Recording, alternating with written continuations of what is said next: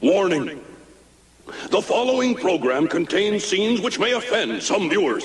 Others may experience mild discomfort, nagging backache, post-nasal drip, and delirium, followed by rapid heartbeat, swelling of the nose, throat, and abdomen, and loss of facial hair.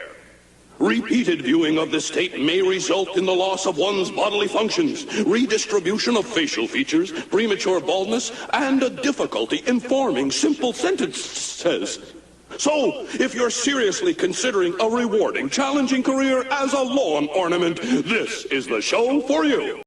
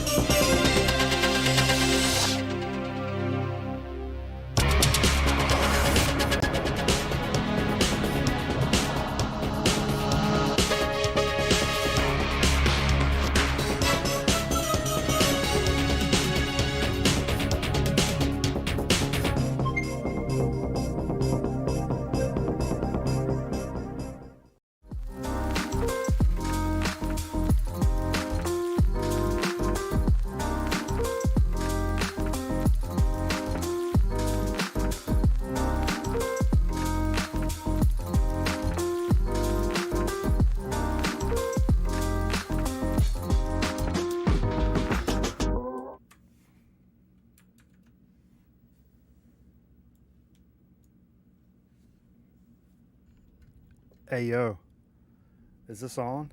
Hey yo. Hey yo. Hey yo. Hey yo, I'm trying to make sure it's on. Hey yo. Hey yo. Lottie Dottie, we likes to potty. Fever ain't here, he's gotta sing tomorrow, got a moddy. Jay was here, but he had to leave early. He wears ascots like Mr. Furley. I'm by myself, I might bring some of you up. Drop the link in the chat. Nobody clicks. What the fuck? Should we be sponsored by AARP, the official membership card of the VC?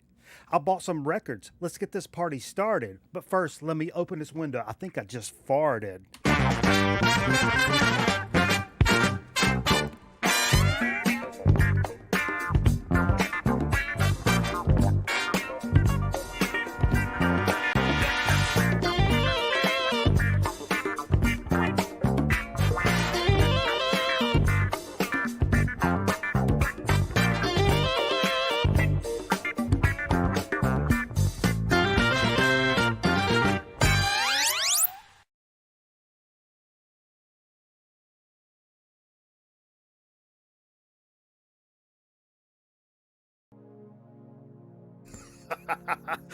It's better than any joke I've ever told. Is that a fucking compliment, or is that a fucking, are you fucking taking shots, Aaron? What are we saying right now? Ladies and gentlemen, please, I implore you, welcome to Grown Man Record Night, the place you want to be. It's where you want to spend your Friday night, whew, when you just feel in a certain kind of way. Oh, baby, baby, baby. Especially when you're starting off a week vacation. I got a full ass week off coming up right now. Woo. And I'm feeling good about it. I'm feeling damn good about it. And so I got a tradition. I was just talking about this today. There's nothing better, even when you just got like a little 3-day weekend, but especially when you got like a vacation coming up, is like that Friday, dragging your ass up to the fucking record store. You may spend a little more than you normally do. Man, that vibe right there, that feeling, when you're just feeling good, you feel like you got more money than you got and you just want to get rid of it. That's how you start off a vacation, and that's exactly, folks, what the fuck I did today. Went to a local record, Underdog Records, Winston-Salem, North Carolina. One of our pals, Jonathan. I've not been up there in months, man. And had a really good time, and picked up some cool stuff. I'm interested to share it with you guys. Whew, 24-hour stream. Ooh. You know, the new Warzone is out, so I mean, we could jump right off of this and just jump into a fucking full-blown Warzone stream right after this and just keep going all night long. Maybe we'll do that for the holiday stream coming up. I don't know. Still undecided exactly what we're going to do for the holiday stream. The charity stream we do every year. We always do the, we do the show. We do a show, we raise money, we reach goals. Last year, what was it like? Like almost $2,500 we raised for the kids, right? Like actually for kids. Like went right to the kids. We didn't touch it kind of shit. But we're thinking about doing a 24-hour stream this year. And each of us like taking a shift and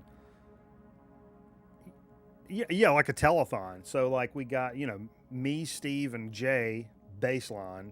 If we could each do an 8-hour stream right there by ourselves.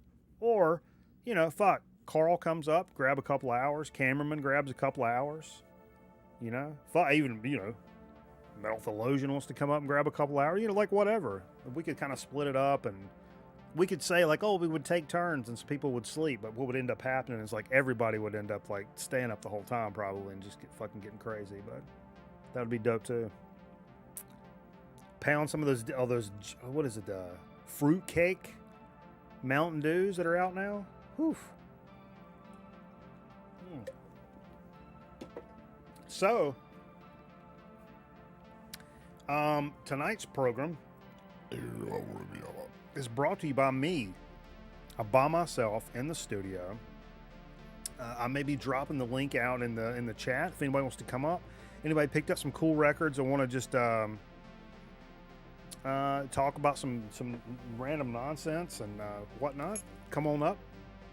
Because I'm 100% by myself, and it's the fucking start of a vacation. I feel like it's crazy, and I did, man. I got a nice stack of records going to talk about. I did in anticipation of being by myself tonight. Did pick up a soda and a chip that were not in the collection as of this evening. So it's going to be a good show, regardless. I was having trouble. I was a little bit worried, folks. I was updating marbles, right? And I get into the whole scam over here, and it's like I felt like I was getting scammed because it wouldn't update, kept hanging up. But I'm happy to report we do have marbles ready to launch when we fucking feel like it. Whew. DJ Trish, what's going on? Hell yeah. All you cats hanging out tonight. We had a little hype train action going in the Twitch chat. Appreciate that. Appreciate all the love. As always, man. As always. So what have you guys been up to? big Thanksgiving week coming up. You know, it's funny. Kron asked me, we're playing some Call of Duty early, so I got some like some Thanksgiving stuff planned for tonight, and I was like, nope. Like, I forgot. I mean, I said I guess we could start with Alice's restaurant, but we didn't do that. I guess next Friday will be our annual Black Friday show, which means Thanksgiving leftover nachos for the folks that are just tuning in with us. I take everything that's left from my mom's Thanksgiving meal, sprinkle it over like some nice tortilla chips, add some cheese and gravy. It's actually making my mouth water right now just fucking talking about it. I'm gonna be honest with you. I'm gonna keep it a stack with you. I'm salivating.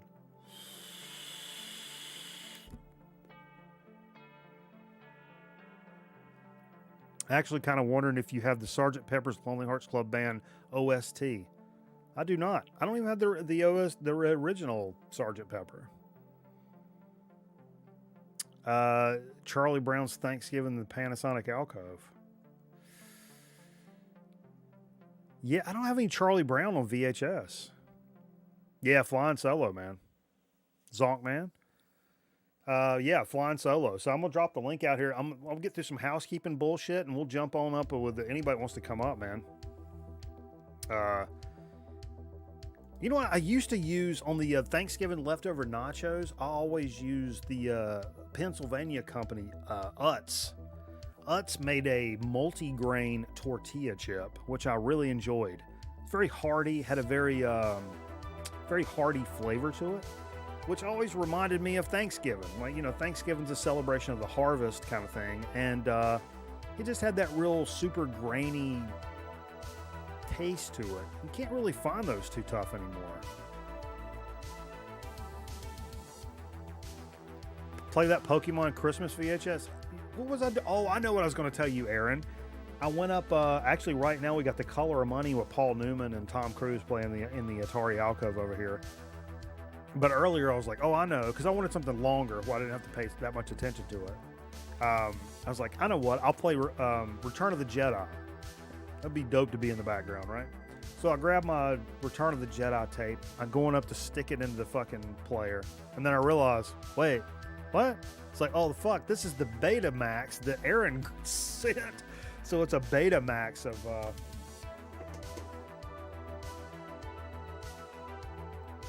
Yeah, so I saw this. And I was like, yeah, let me throw this bitch on real quick. And I pull it out. Oh, shit. Sorry, they hit a button. I don't know why they hit a button. I pulled it out and I was like, wait, that's awful short. It's a little guy. I'm like, holy shit. No, that's the beta. I do have it on VHS, but who doesn't love a Betamax? I do have a Betamax machine. I think it's hooked up. But I hadn't, is it hooked up? Jerry? I know the laser disc is working. Betamax? What do you mean it's after 12? Re-rack it. 3, 2, 1. Yeah, what was I doing? I don't remember, man. It's been a week. I'll tell you what. It's been an absolute week. My job, they find out you're going on vacation. And it's like, oh yeah. I wonder if we can shove this boot all the way up to his fucking large intestine. Maybe the end of the small intestine. I was giving away money. Perfect. All right. Everybody can just drop your sister's Instagram and chat. Boom, boom. Dave, bow, bow. Oh, you want a link, Eric? Okay, we'll do it. Let's see what we got here. Invite. Copy the link. We'll try to. You'll be my guinea pig because you know that as soon as we started, it ain't gonna work right. It takes some knob dicking around. I hate putting this fucking headset on because I'm having one of the best hair days I've had in a little while. I have to be honest with you guys. All right, let me drop this bitch in there. All right. Now I got to piss. Ain't that something? Just like a fucking old man. Just like an old man. I just barely mentioned pissing and I got to piss. Did you guys hear, apparently Metal Blade has had this idea for 2023 for a long time to get a new King Diamond record out into the world. But then there's also some like Merciful Fate shit going on at the same time. So it got kind of like really weird. There's 2 new songs from Merciful Fate that got released that will lead up to a King Diamond studio record that's coming out this year. So Diamond has Merciful Fate and King Diamond shit rolling right now. It's fucking crazy. What is he, like 94 years old and still fucking killing the shit out of everything? That's amazing, man. It's actually amazing.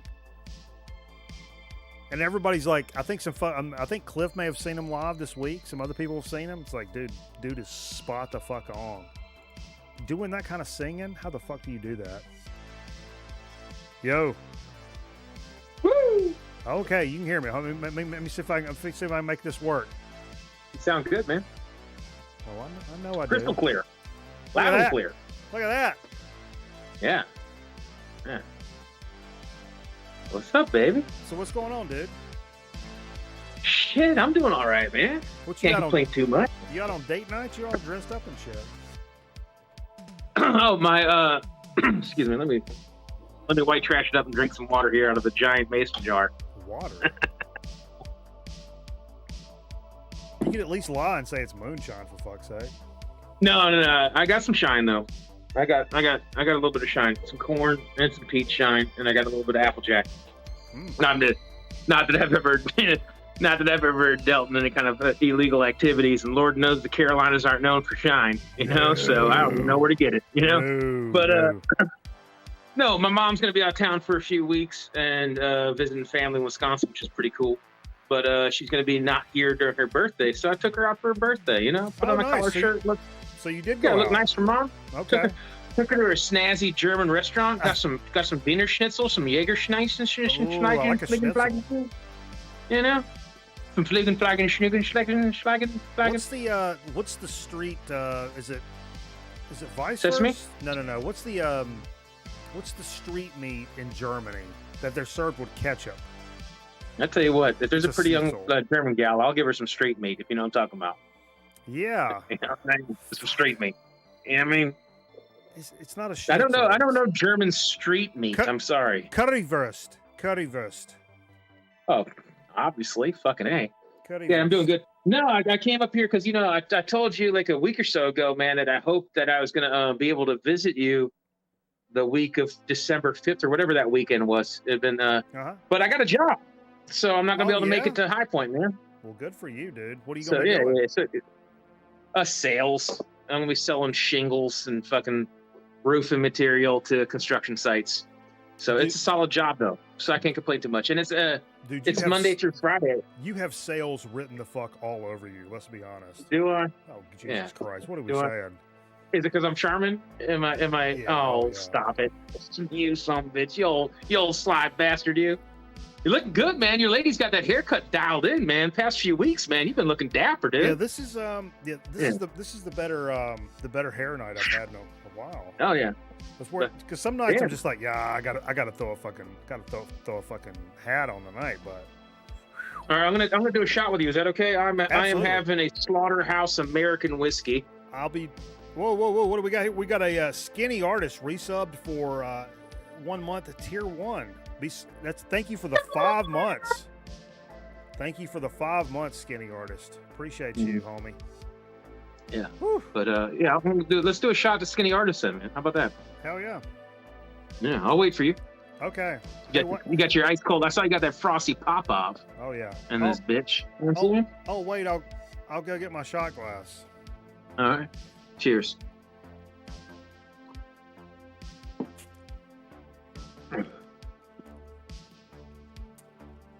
Now, I don't mean to brag. I do have some musical next to me, though. I don't know if you can handle the intensity of it, though. Okay. Cleaning in the kitchen, doing some dishes. I got a jukebox and a boom box. I know you say jam box, and you're wrong. All right? It's a boom box. No, I mean, there's nothing wrong with boom box. I just, growing up, we always said jam box. And then also, you know, blaster. I grew up and everybody, regardless of skin tone, now you can't say it, but motherfuckers call them ghetto blasters. No, that's what I was gonna say. We call them ghetto blasters, yeah. Yeah, but apparently now you can't say that, you know. I don't. So ghetto is not pointing toward any skin tone. You may infer it that way, but it's in the ghetto. Anyways, here's the a cassette. It's Otis Redding, 1972 cassette here. Yeah, there you go for you. Super classy. It's a double play, baby. There you go. Boom. Look at you. Smell you fancy. I can request that in the future now. That's my favorite Otis Redding I own. The best of Otis It's got Redding. fucking everything on there, dude. Oh, coffee and cigarettes. That's nothing but heaters, bro. Yeah. It's nothing but heat. To me, this one, and I've got this other one, which is not in the best of shape. History of Otis Redding. Yep. I'm sure you know that one. But I've got these. I'm a big Otis Redding guy, but I've got these two LPs, and I literally don't really need anything else. Bro, it's hard to find nowadays, man. Yeah. Some of that shit's getting thin. I do have that 45. That's it's a promo copy of who's the young lady that Otis did stuff with, and it's called like Otis and Cyndi Lauper. Okay, I do want some Cyndi Lauper. Fucking A, dude. I love Cyndi. One of these days I'm gonna be right. You know? Here, let me see. I got a fucking chair full of fucking shit on it. You know, I should make my video. I should start making videos again. But I'm a lazy fuck on that shit. Dude, I've not made a regular video in a long time. I've kind of dropped out of the VC in the last few weeks. I've just seen some shit. Last couple of weeks, I'm just like, these people are kind of pissing me off right now. I'm just gonna go do something else. Pissing me off. I mean, I love everybody, but you guys are pissing me off right now. Here's a twofer from the last time I was in. I love a good twofer. Last time I was in Illinois, I was passing through briefly, dumping off a rental car, meeting up with friends, and then driving up to Michigan, right? Dumb. So I was literally in St. Charles for half a fucking afternoon. Scored me a shrinky copy, not the first press, because the first press had Willie Hutch's face, but the fucking Mac. Okay. You know? So I've been looking for this one for a while. Maybe the greatest song on any blaxploitation record ever. Brother's Gonna Work It Out. You know? Truck coming in with 250 bits. He says, a biddy for every four-letter word. Am I swearing a bunch? I gotta take it easy. Oh, sorry. My mom. Fucking A. I'll try to calm down. And then so I had to pull this out, man. VHS copy of the Mac. Ooh. You know, which I'm pretty sure I got this at Walmart back in yesteryear for about 99 cents out of a sale bin. That's clean. Yeah, you gotta respect your Walmart VHS, bro. Oh, fucking A. Man, my fucking my Elgato shit's fucking Elgato.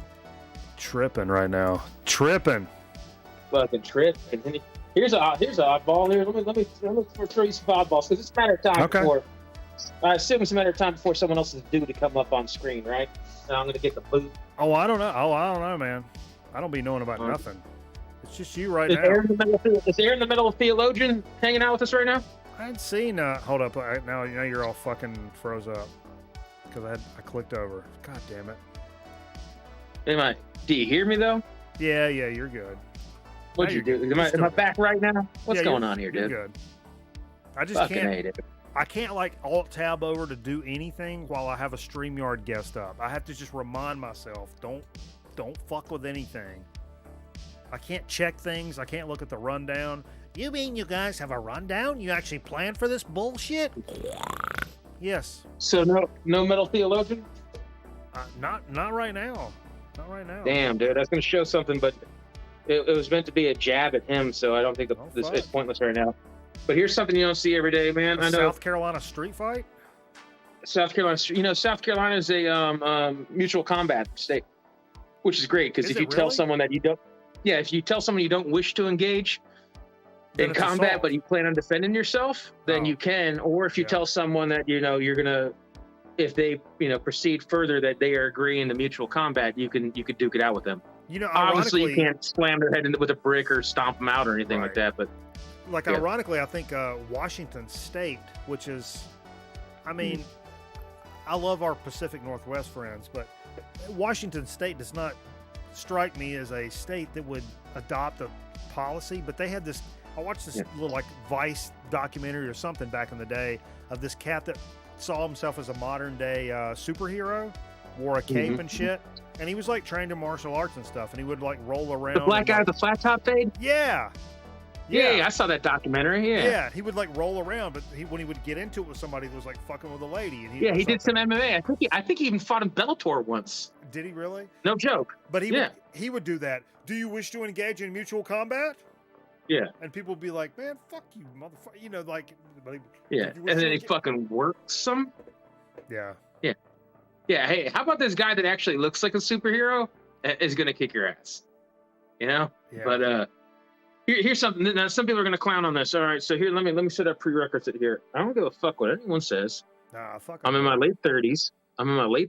Yeah. That's the perfect age to like Green Day. All right. Now, do I like Nimrod and fucking American Idiot and all that stuff further on? Fuck no, I don't. All right, but like Dookie, Kerplunk, fucking Insomniac, right? Okay, so I caught me original 45 from the 80s on Lookout Records. So anyway, I would have bought that in a heartbeat, man. I had this set aside that I was going to play this because it's only 4 tracks, which is cool because I love when 45, especially like punk 45s, have like, 3, 4, maybe 5 songs on them. Like I always think I got a couple fucking Misfits bootlegs and some Cramps bootlegs, and they all have like 3 or 4 tracks on. I think that's pretty cool. But you don't see this every day, and this was going to be one of the things that spun when I came and visited you. But anyways, I just figured I'd show that off, and then it's just a matter of time. I'll make my way up there, probably early 2023. Eric Bauer, Raw Power Eric Bauer with the Resubmarino for 19 months, son. Thank you so much, dude. Bauer's resubbing on that Green Day. Bauer fucking loves Green Day. He said, I have it on good authority. No. It came with a message that said, "My condolences, EW." Yeah, no, I have it on good authority that Bauer, High Power, Raw Power. No, look. Eric Bauer loves say Green Day, early Green Day. Because I mean, it's super easy to fucking clown on Green Day. And obviously, it is what it is. But like,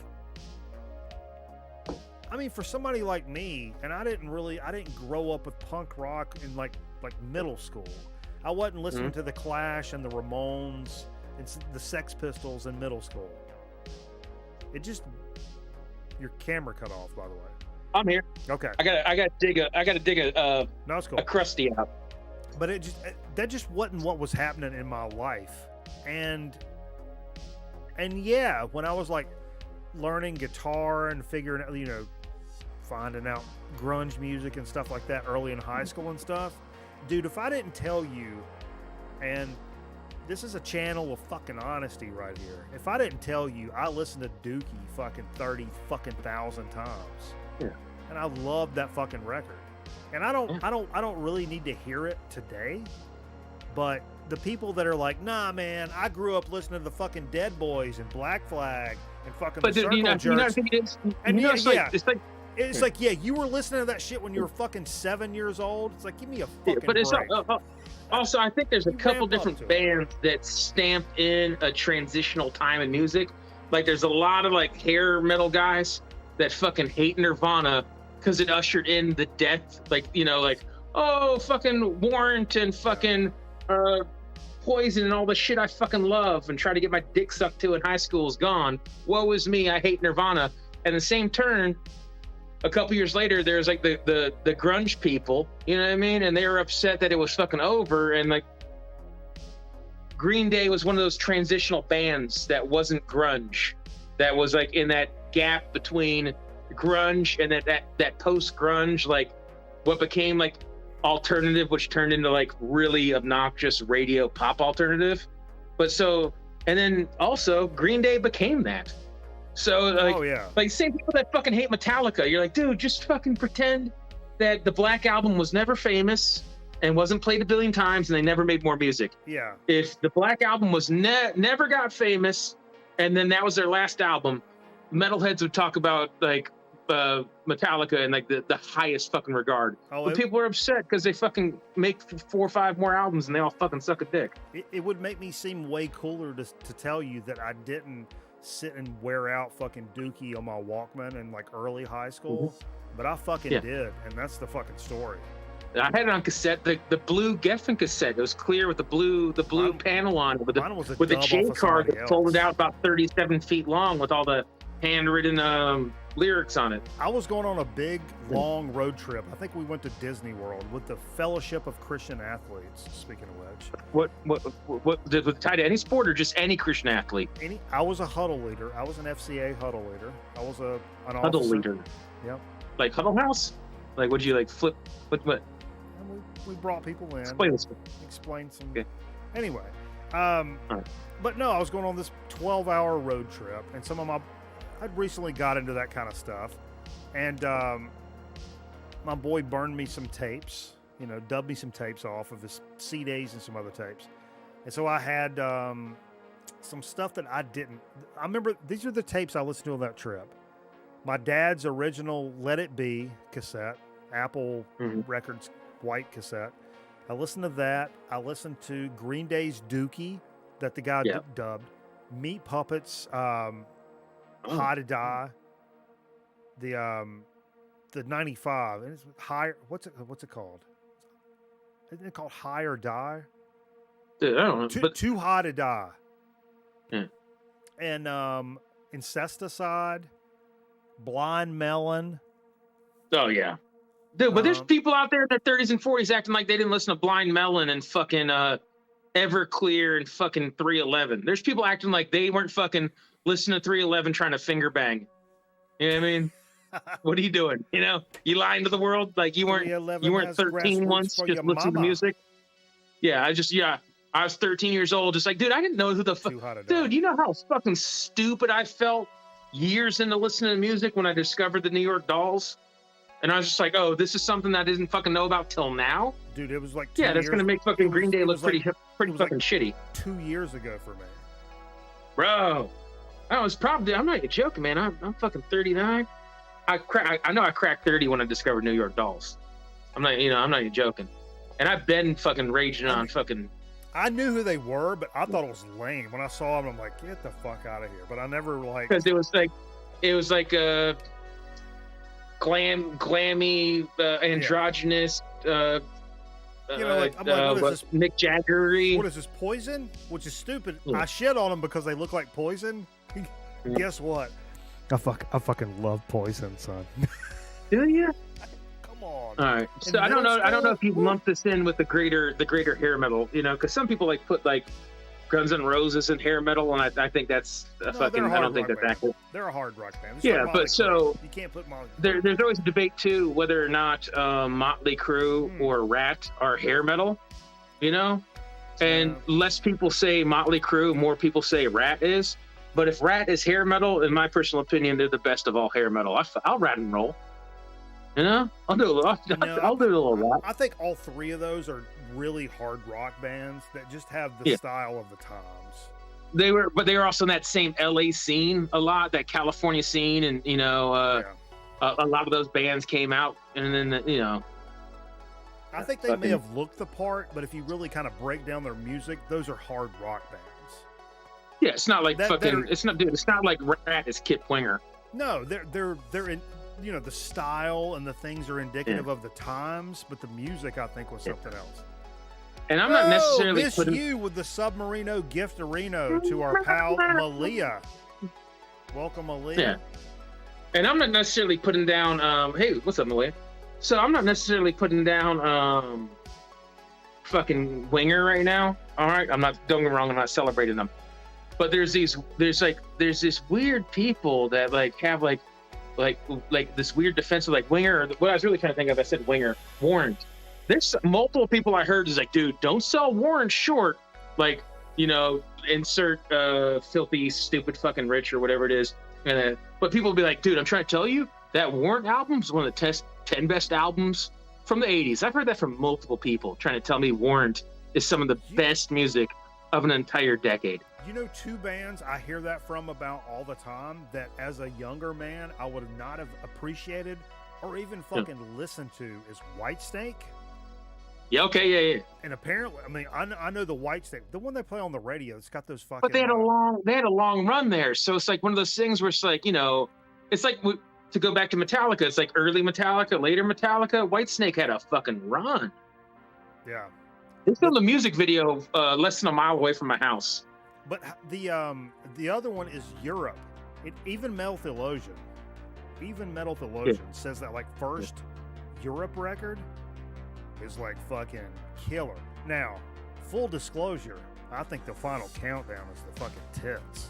I have it on cassette. I was just about to say the same thing. I have it on cassette. And I just recently purged some like cassettes because I have a old school.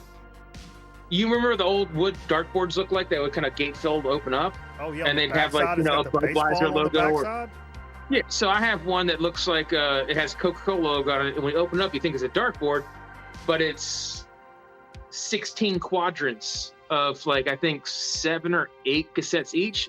So as I cap out like what fits in that bin, I purge. So I just went through my cassettes recently and I got rid of some random shit. I'm like, I don't even know how it ended up. Like I never owned or listened to. That must have been Mom's with like Neil Diamond, and you're just like some fucking other shit. But I was like looking at this Europe cassette and I was about to purge it, and I was like, you know what? I still have room. It might, dude, don't get me wrong. Europe might get the bump in the future if I get more cassettes. But as of right now, I'm like, no way. Fucking Europe. Why not, dude? Final Countdown. And I think, and you know, it's also in the cassette collection that I know for a fact that High Power, Raw Power, Eric Bauer is a huge fan of. Like his favorite band of fucking all time. I don't care what he says. He could lie and stream. Striper. The news. Fucking Striper. Dude, I actually purged Huey Lewis in the news. No, but Bauer loves Striper. I don't know if he's ever told you that. He could tell a lie right now if he wants to. Bauer fucking loves some Striper, bro. Hey, to hell with the devil, bro. I got, dude, you know, so great. I got the cassette. That's the fucking, the band album cover. And they couldn't repeal them all quick enough. So they put like a height stick warning on the back that said, there's a lot of room for, you know, misnomers and confusion. But we want to make it clear that the only place for the devil is not in your hearts, but in hell where he belongs. And then there's like a Bible verse, you know? But yeah, fucking to hell with the devil, which by the way, is the only Striper album. I don't care what anyone says. It's a one and done. I won't lie. It's a fun guilty pleasure, but they're one and done. Now I know Bauer owns like 17 of their albums and has a tattoo on his lower back and all that. That's not my bag. But you know, I'm not gonna bash. You know, Eric and I are becoming like better and better friends through the VC. So I don't want to put down a friend, but I know Bauer is like intensely, deeply into Striper. Man, I wonder if somebody Google. I can't do it now because if I alt tab, I can't do this. But I can't Google either, man. Striper tramp stamp. There's got to be something. Oh, you know, bro. You know it's even better. You know, there's probably a bro that got like a Striper lower back tattoo in like '91 when it wasn't even close to being anything. You know, like low key, probably somebody that got the gay parade out of him. Yeah, you gotta pray it away. You know what I mean? I'm not saying that. I'm saying that sarcastically. Nobody report me. No. But have you ever known anybody that got the gay parade out of them? Attempted to, or got the gay parade out of them?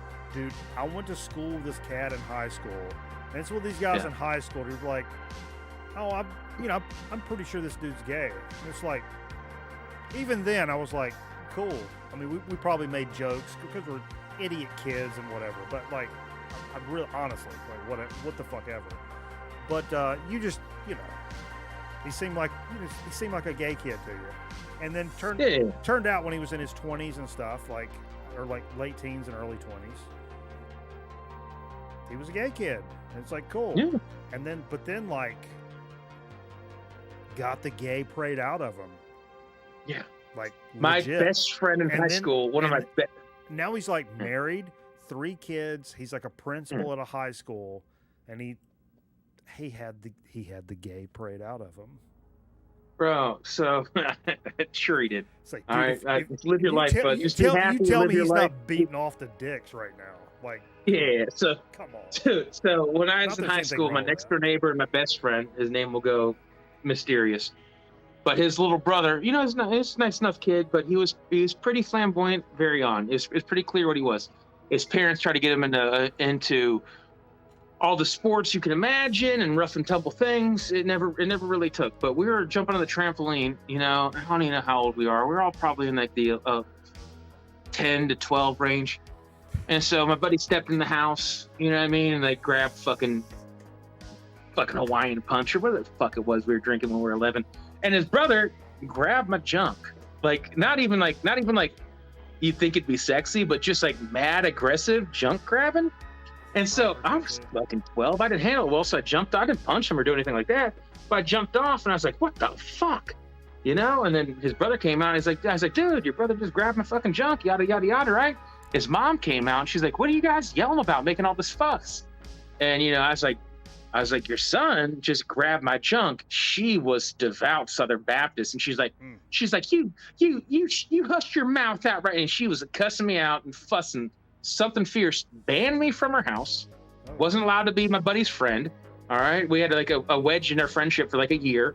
And then anyways, long story short, this younger brother moved to New York City, become the not maitre d', what's the grand matriarch, the fucking center the ringmaster of a gay circus in New York City. Yeah, he was gay. So he became the ringmaster, the leader of a gay. So yeah, just I don't know. I've never been to a gay circus. Come on. come on. We all been to. Come on, don't act like we ain't all been to a gay circus at least once or twice in our lives. We're all friends here, Eric. I mean, we're all friends here. Come on now, you don't gotta be gay to go to a gay circus. That's just good, clean, fun family entertainment. Aaron Griffin called it a cock ring master. Cock ring master. That sounds about right. So are you allowed in their house now, Miss Ewist? No, yeah, I mean, we became friends. We were good. The dude was a good kid. He just like, I mean, I don't know what I did. Just like be jump on a trampoline, you know, just so they get cock grabbed. You know, that was a surprise. Just you know, around like, hey, good game, everybody. Good game. Good game, everyone. Good game. Hey, yeah. Good game.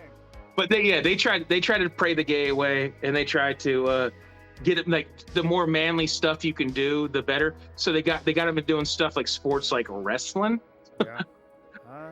First of all, I wrestled, you know, and if it's just a sport, it's just a sport, you know. But at the same time, you do have to have the sense of that if someone does have a tendency and they're young and they don't know how to exercise it, that rolling around with sweaty young men is probably gonna, you know, trigger a sense in them, you know. Lot of gable grip, high crotches going on, if you know what I'm saying. Nothing worse than rolling with a cat, and then you just hear. Dude, okay. There's a couple things, because I'm glad you said rolling. I was telling Lisa there's a gym around here that wants me to roll when I'm in a little bit better health, and I've been entertaining that, and maybe it'll work with the schedule, right? So I rolled and did judo and I did wrestling, but I never did a whole bunch of Brazilian jiu-jitsu. I did taekwondo and a little bit of Shotokan karate, and I did some Muay Thai in limited doses, right? All that aside, when you're rolling with someone, first of all, steel cup guy, what the fuck are you doing grinding your fucking steel cup into me like you're trying to snap my bones? You know, like we're sparring, you're going for an arm bar, like dude, everyone needs to protect their gonads, but you're just like, dude, you're wearing a fucking steel cup right now? This isn't a competition. I'm not throwing kicks, so you don't need to be wearing a steel cup. But then also, biggest pet peeve on anything ever in fucking life, you've met me. I smell nice, or try to. Don't be a stinky fuck. You know, if we're playing football and blocking each other or tackling each other or wrestling or doing judo or jujitsu, don't be a smelly fuck. Now, I will say Eddie Bravo at jiu-jitsu tournaments he would kind of diarrhea non-wipe on purpose and then get people in the guards if they're smelling his fucking Bro, let me shit. I'm gonna fucking knuckle gouge you in your fucking eyeball. If you're gonna do dirty tactics, I'm gonna do dirty tactics. That's the fucking way it rolls, bro. I've got a DVD where like Eddie Bravo's like voicing over like the tournament, and he was like, "Oh yeah, I had like major diarrhea," but he's like, "I'm gonna be honest, I kind of like sort of wiped." So when I got on, you can see the guy's face when I pull him down, and he's like, "Whoo!" Like he does a quick turn. He kind of did that on purpose. So I remember like high school My wrestling. audio's super low. What the fuck is wrong with this thing? Dude, give it the business. Fucking Dude, stupid shit. I remember high school wrestling, and they made me shave. Like a team reported me, and I had to shave because my stubble was too aggressive. You know, I'm already like, dude, I don't know, dude. I was born 4'1", 132 pounds. You know what I mean? Full beard, swinging dick. You know what I mean? Like that's not my fault. That's just the way I came out, right? So don't blame me. You know, thank the good Lord. But so I was born a steel worker. Like you were working in the steel mill like 6 weeks after you were born. The doctor gave me a hammer and some scissors, cut my own cord. I need a hammer. You know, but no, but so I had to shave my beard, and then this stinky ass motherfucker. I'm just like, so I told the ref, and I was like, hey, how come I have to shave my beard? And this dude clearly has been like intentionally built up a funk. And they're just like, oh, that's not what's in the rules, blah, blah, blah. He's not that bad. I'm just like, well, you're not fucking grappling with him. So I got 3 points of pressure on him, and this dude was too squirrely to get the shoulders down. So I was kind of like, you know, riding the head and trying to like maintain control over the shoulder and everything. And the second I can just like grind the corner like of my temple into his eye socket, I'm just like, okay, if you're gonna be fucking dirty, I'm gonna be fucking dirty. You know what I mean? Stinky people. That's my biggest pet peeve. I'll be honest with you. Stinky people. You know, they do bad breath. That shit happens. Maybe you had, you know, something weird for lunch and something stuck in your teeth. You know, you need gum, or you woke up, you're late for work, you didn't get a brush. You know, like whatever. If someone persistently has bad breath and I'm friends with them, I'll tell them on the slide discreetly, politely, away from people. But if you're just like outright funky, like there's no, you don't have to smell like Gucci. You don't have to smell like Burberry. Just don't stink. Smell like nothing, yo. Gingivitis. But that's my rants and rambles, man. I just figured, yeah, I'm pretty high energy. I'm feeling good today, so I figured I'd come shoot the shit with you, man. You're all messed up. You're on. Is there anyone laying in wait right now? If I alt tab over, bro, and freeze you up, bro. No, nobody's over there. See? Okay. No, I didn't freeze you. I didn't freeze you. All right. No, you're good. You're chilling right now. I need to go to bed here in a little bit, not this second, which is annoying because, you know, man, I've been winning more marbles recently than I've been losing. You know? I hear that. Let me tell you something. Here's an idea. How about you ever think about this? This is an idea. Okay. All right. You know, North Carolina, birthplace of NASCAR, Wilkesboro, North Carolina. Whew. You know, go back to the moonshining. Would you think maybe you could keep track of this somehow in a spreadsheet that you do like you do a ranking of placement and have like a season? There's a way to do that actually inside of marbles, but I never open marbles or fuck with it until I'm like in the show and super fucked up. But there's a way to be like, do a season with your community, and I always kind of forget that. You could just do it quarterly. You know what I mean? So it runs like they run like they do it for you, like it's a set season. Yeah. So I think you should do that because one, it gives people incentive that they need to be here for marbles for viewers because everyone should like and subscribe to Mikey Bananas, Grown Man Record Night, both YouTube and Twitch. If you're just here by happenstance, I'll take that gas every weekend. I'll take the gas. But that aside, it gives a motivation to be here, and then also it encourages the people because, man, before I was in marbles for like 2.5 years before I won, which is brutal because I had like a string of second, third, fourth places, you know. And sometimes it's it's like well, where are you at? You know. It's the, I think it's the gym regiment. It's about believing and achieving. I think is really what it boils down to. If you believe in and achieving. Oh yeah. But Dennis, how many people we got hanging out with us right now? Yeah. Captain Spaulding, what's going on? Speaking of Captain Carburetor, a.k.a. Van Truck, a.k.a. the cameraman, the original cat I started the show with tonight. It's his birthday tonight. How old? 46. Ballpark it. What's that? 46. 46? Yeah, which is what I'll be January 3. January 3.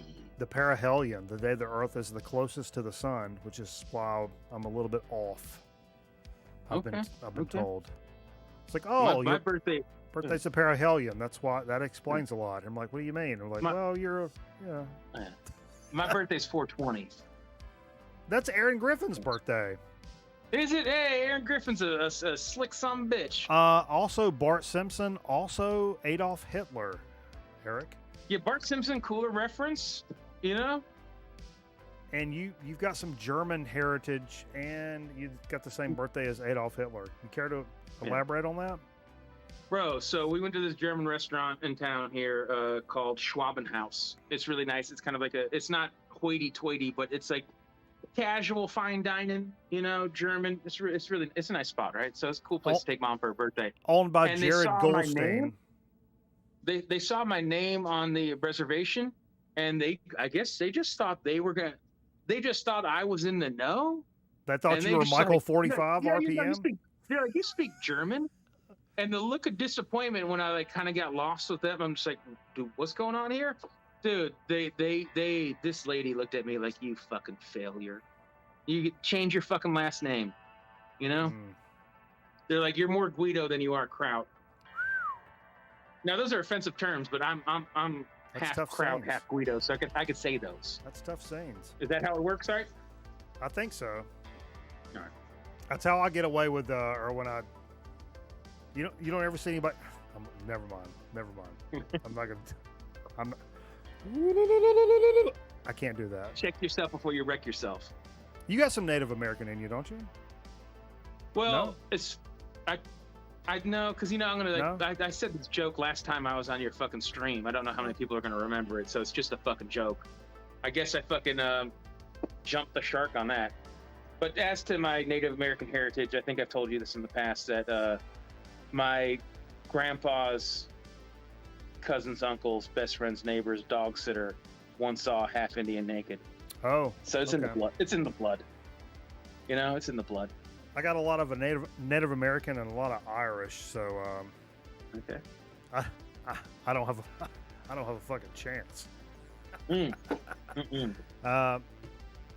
That's neither here nor there. Cherokee people.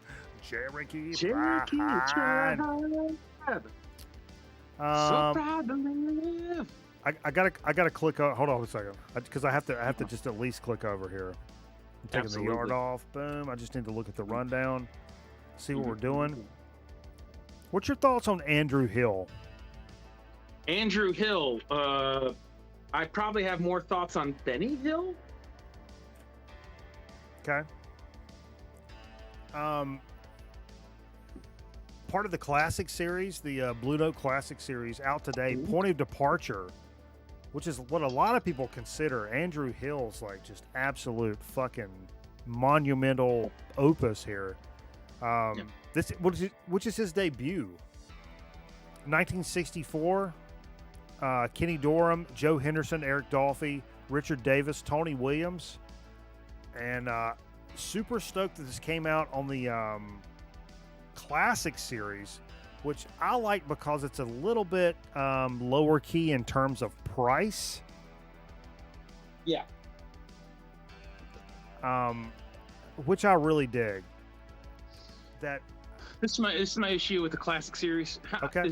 Tell me now, Andrew Hill, I'm not as familiar with. Right now, you list the players with him, and I recognize all those names. But how scarce is the original on that? pretty gnarly. Pretty scarce. All right, so it's high dollar. Pricey. Yeah. How out there is it? How safe is it for jazz? Is it pretty safe jazz? No, free jazzy. Okay. So this is what I'm getting at.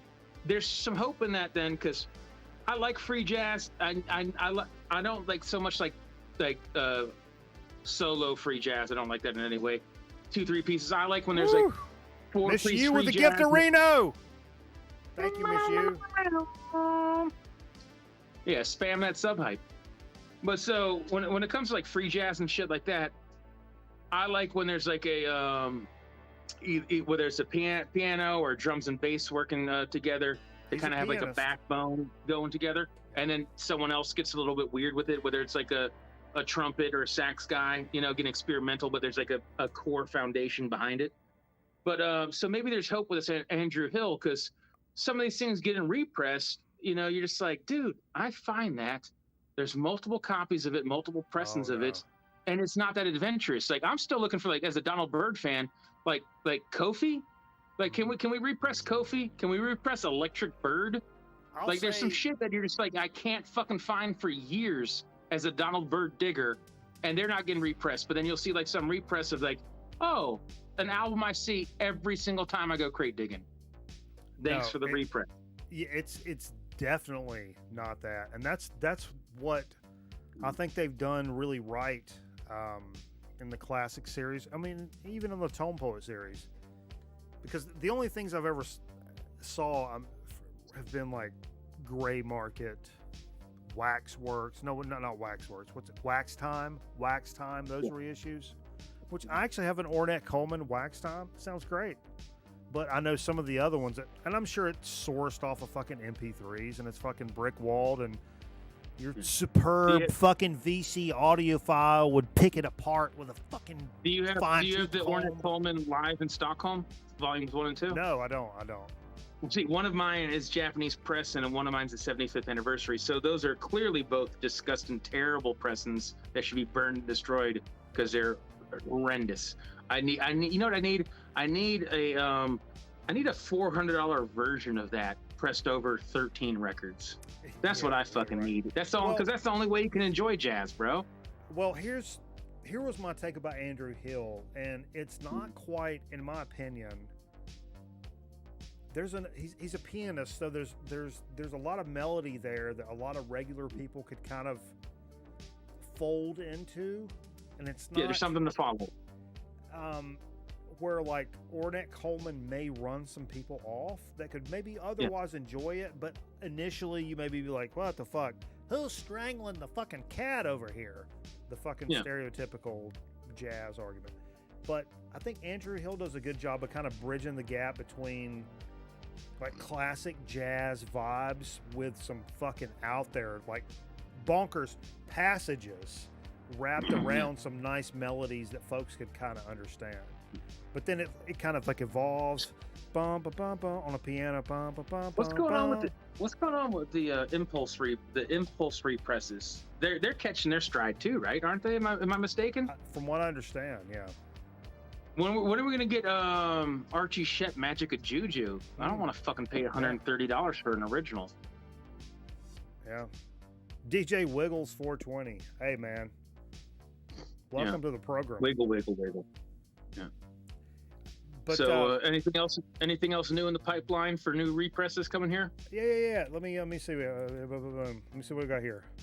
Are you putting up fancy graphics I can't see because I'm in StreamYard? Yeah, just because so I didn't bop you off. Are you familiar? You're very talented, Mikey Bananas. You're very talented. Are you familiar with the band Chrome? Chrome. I know Chrome from. Apparently, everybody was like, "Yeah, fucking Chrome." You don't know Chrome? It's like an experimental punk band ish, kind of from late '70s, early '80s. I got some stupid, cheesy synth dirtbag music, Chromeo in my brain. I can't get rid of because a buddy of mine used to have a guilty pleasure. Yeah. Pilmer brought some Chrome up here and really hipped me and Steve to Chrome. And that's how I know it. Me and Steve were both like, "What the fuck? How the fuck do we not know Chrome? And where has this been our entire goddamn life?"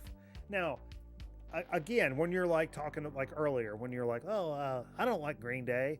That's one of those things where me and Steve could have easily been like, oh yeah, fucking Chrome, man, dope, yeah. But no, we were both like, no, what is this? Who is this? How do you get this? Like, what is this? How long these guys been around? Instead of being the guy like, you don't want to seem like a schmuck that don't know something, which is fucking retarded. Yeah. But I guess this is like the 4th record from Chrome.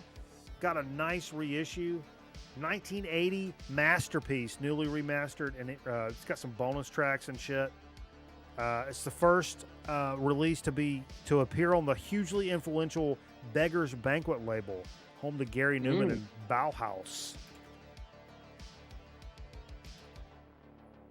So it's definitely worth, if you're looking for that. I was actually, when I went up to the record store today, I kind of was like low key. I was kind of like, I was not super hopeful, but I was kind of low key looking for that, just in case they had that like up in the fucking piece. Was there some goodies at the store today? Oh yeah. I mean, nothing. Dude, you know what you need to do, Mikey, and just follow my lead, man, because I've been doing it myself. You gotta start purging some of this doo-doo, man.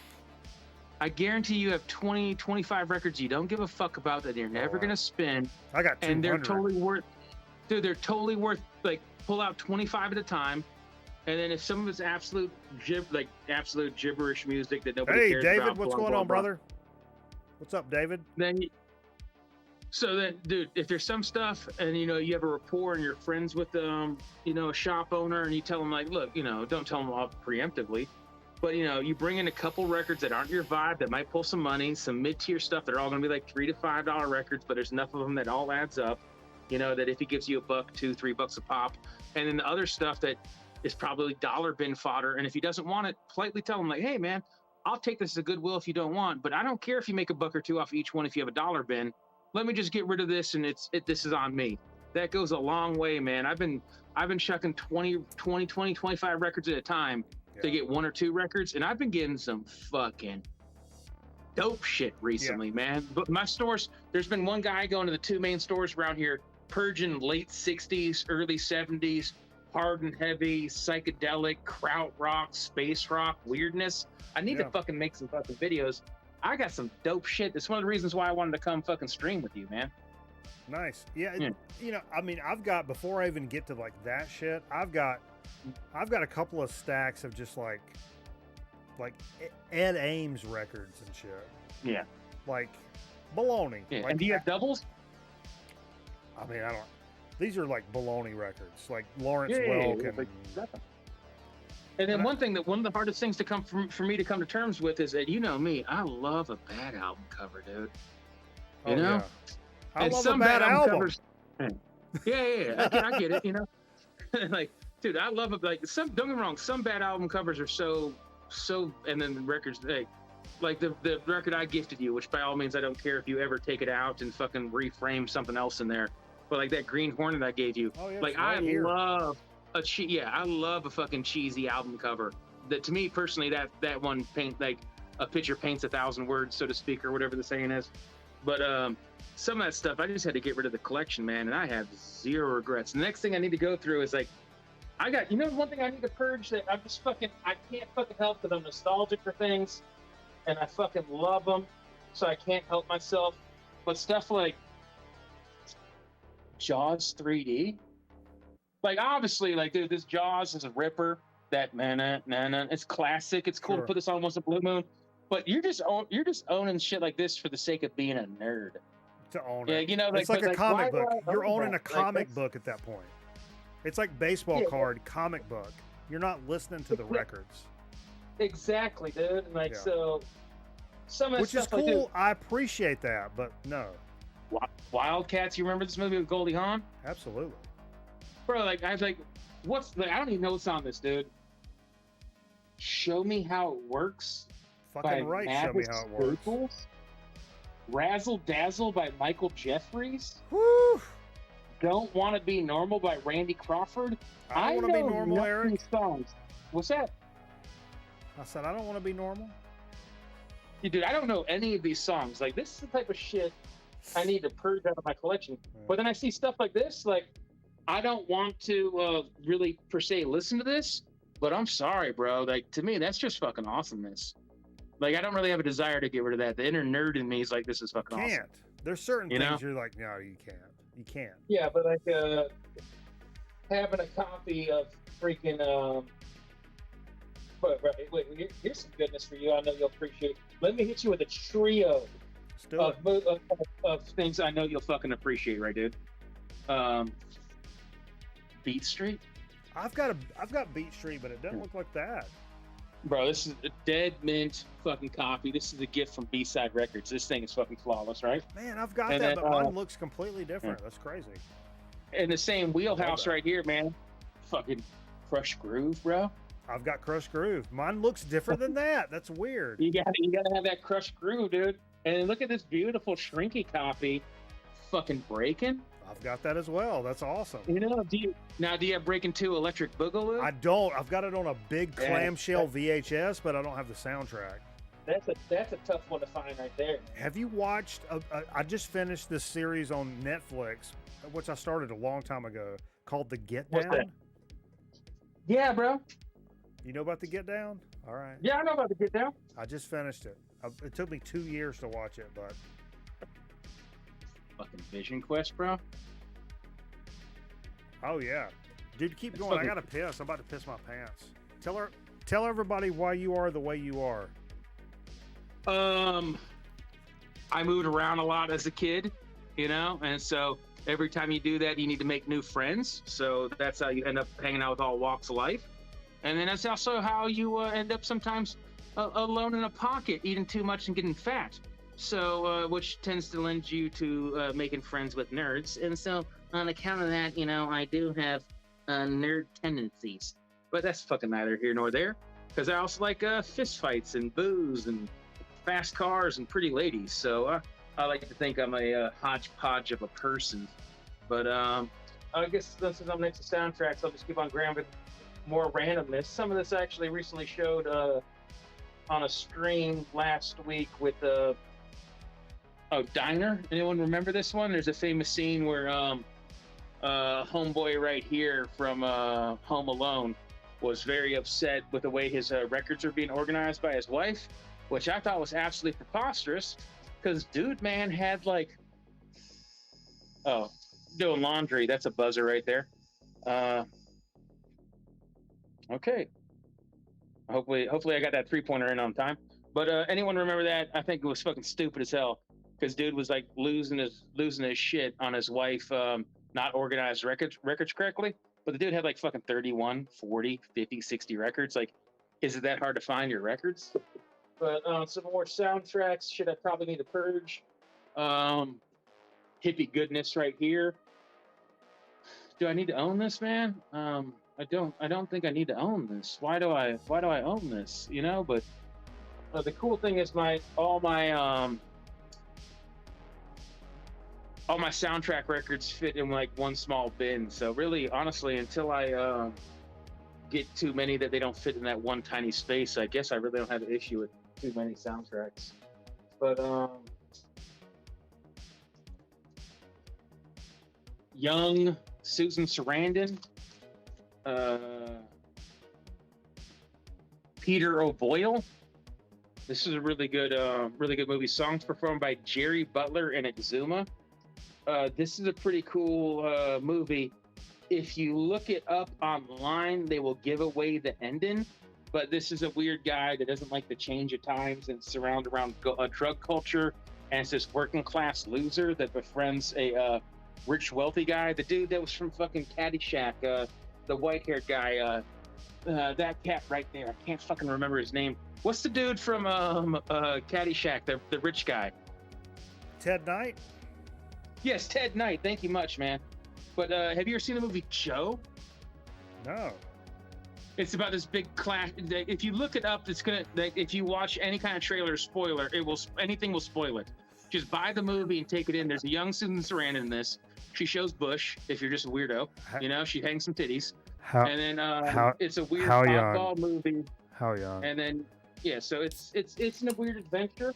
So I'm gonna go through some soundtracks before I cut it off here. But Okay. fucking I got blaxploitation soundtrack. I guess I should have shown this sometime recently for fucking Halloween. Blackula, you know, because Nice. you know it's got this. I dare say this movie has class out the ass. Okay. I don't know if that's a way to describe things, but this movie has class out the ass, and I the mean- soundtrack reflects it.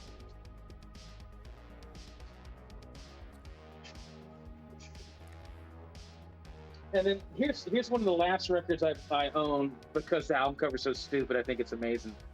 Original soundtrack by Jimmy Buffett. You need to understand, I don't like Jimmy Buffett. I don't Okay. have a huge hatred for him. I just don't like Jimmy Buffett. The music doesn't appeal to me. I've never even listened to this once in my life, but this is Rancho Deluxe. Look at this fucking bowl, Oh, I've bro. never seen that cover. It's cool. So it's Rancho Deluxe, but it's got this chick rodeo style. But look at this bowl with the fucking meats in the back, with a giant ass fucking blower and side pipes. Like, this is so fucking absurd. I have never seen this movie. I'd never heard about it when I found the soundtrack. I've never listened to this. Apparently, it stars Jeff Bridges. Oh, before he there's is Metal really famous. Theologian, Eric. Oh, well, I was going to say some shit. Well, I was going to Yeah, shit you talk were- on Metal you were gonna Theologian now, and I talk some can't shit recall what it earlier. was. Damn it, man. Let me flip through these records real quick, because I was going to... Oh, I know what I was going to do. I got an album by fucking Metal Theologian's favorite band ever of all time. So one of the things, as I'm going through collecting, and I own some of these shit records. Now, I'm not a completist by nature, but there's a lot of bands that you're just like, why do I own this fucking garbage and that fucking garbage? And then I got a Ramones gap. Or why do I own this fucking garbage and that garbage, and I don't own this fucking seminal Iron Maiden album, or I don't have barely Seminal. any Megadeth or Anthrax in my collection. So one of the bands that's very ubiquitous that everyone owns, that I'm getting around to buying all their stuff, I didn't have a copy of this fucking Doors album. And I know for a fact that this is Metal Theologian's top 5 bands ever of all time. Favorite band of all time. Fuck, I know he loves. I know he loves them. And here's one weird thing that I do. There's no need to take this other shrink and everything. I fucking hate Unipacks. I just think they're so stupid and annoying, and they always break down. Oh, it's So annoying. traditionally, I don't usually store my records like this in the back. But if it's a Unipack, I do. Dude. And the last little fun tidbit on this, a couple years ago, and then I'm about to get after this after I drop this little tidbit, and it's been really fun talking at you. I'm really high energy today. Woo! I had me a couple beers, had me a shot or two. You know what I mean? So I'm really feeling pretty fun. Fred just gifted a sub to Metal Theologian. Thank you, Fred. Fucking rock on, Fred. But so Freddie Dobbs, boy. Woo! here's a Tell you top tip. Anytime anyone offers you, unless you just got more records you know what to do with, or you're a lazy fuck or whatever, anytime someone's giving me a record collection for free, I'm taking it. You know? And so a couple years ago, someone gave me several hundred records. I guess the Several same for hundred. amphetamines, in my experience. Oh yeah, dude, yeah, because you could shoot them or smoke them, right? I don't know how those work, but yeah. Chase But the anyway, any chance to put a needle in my dick? You can chase But, the dragon if you want. Oh fuck yeah, dude! The dragon has wings. Mm. So here's one of the things that came out of the collection. So I only got like, I don't know, a dozen records out of fucking 350, 400 records. I didn't give a Yeah. shit about any of them. Yeah. But there's a whole bunch of classical records, a whole bunch of Reader's Digest records or whatever, and I didn't care about them. But I took the time to snag every single one of the old audiophile wax line sleeves out of them Oh, that's with smart. the That's smart. cutouts. Yeah. And so, even though I only ended up with like 12 records, I probably ended up with like 75 of these. And, you know, I got them before the accident. And then when I was home and I'm just trying to kill time, I had nothing but free time to fucking flip through these records and steal all the nice, all the nice inner sleeves. But at that time, there's a huge shortage on inner sleeves. And then you look at some of these fucking inner sleeves where it's like, there's 75 cents, 80 cents, $1 a pop for some of like the MoFi sleeves or whatever. So if you could put together like 75 of them, you know, and save yourself fucking, It's like worth the time. I don't know, Dude, if it's 40, 50 bucks. I've realized since I've really started keying in on like 45s or 7 inches that Hmm. I spend the majority of my time digging when I find records that I want, trying to find the company sleeves for the things that I've Yeah. already pulled. I'm like, Yeah. oh, it's a fucking Atlantic from like early 70s. Surely there's got to be. I'm like, blah, blah, blah, Oh. blah, blah, blah. I'm like, I'll, just I'll tell you in a heartbeat. If I'm at a record store and I flip, and say it's Atlantic, or you remember the old school Arista used to have like the cutout for the center label, and then they had the Arista Blue A circled around the center label. Yeah. Dude, if I find an Arista in some plain ass fucking white sleeve, and then there's some garbage ass 50-cent Arista record in that sleeve, I'm swapping them. And if I think the record store will have an issue with it, I'll politely tell them, like, hey, man, just so you know, I want to buy this record, but I'm going to switch sleeves. Well, usually when I'm doing this, I'm doing it at an antique mall, like hodgepodge, like grab all, like 45 spot, like straight up digging spot. But I'll make sure that whatever I take up there, baseline is going to have a fucking generic white sleeve on it. I'm not taking. Now, what are the odds of the next time I come, probably January or February of next year, that we're actually going to do some digging on the Saturday after? Oh, yeah, we're totally down. Oh, yeah, we could do that. And also, here's the thing. I will not take you to that spot, though. I'm just kidding. You also know why. Yeah, because, it's not like I'm going to be there every weekend. So, no.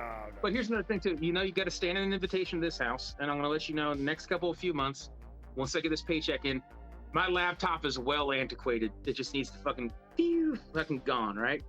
But I'm gonna get a laptop, and then I've been doing everything streaming on my phone. You know, as soon as I hit the accident and money got tight, I cut off fucking ESPN Plus, Netflix, fucking anything that just fucking leeches money. Just got to be smart and fucking ride the fucking roller coaster of life, because everyone has ups and downs. Tubi, Pluto, YouTube, Twitch. Yeah. Who needs anything else but that? But so as soon as I have the laptop hooked up and a webcam, yada, yada, yada, one of these days, we don't have to put a time frame on it, dude, but you need to do a remote Grown Man Record Night from old Greenville, South Carolina, dude. Absolutely. You know, and then, like I say, I got Mikey, you might get in trouble because I have a fucking stupid bar. Like, I'm not telling you to drink yourself to death, but if you wanted to, you can kill your whole family. All right? Please. Fuck, I'm done with it. I don't care but fuck those people. But so between having means and of Wi-Fi and turntables here and blah blah blah, we could do the pre-show per usual, and you could just pull anything you want out of my record. So you could DJ out of my collection and pull whatever the fuck you want and just get silly with it, and then we could do our regular show. And I got a couch and we put up fucking stream, blah blah blah, but we'll worry about it in the future. But I'm beating around the bush right now. It's 1:18 in the morning, and I'm gonna get off the old interwebs right now so that I can rejoin the Grown Man Record Night and absolutely throttle you fucking punk bitches and marbles. Who else wants to come up? Yeah, that being said, I'm probably gonna finish in 11th place.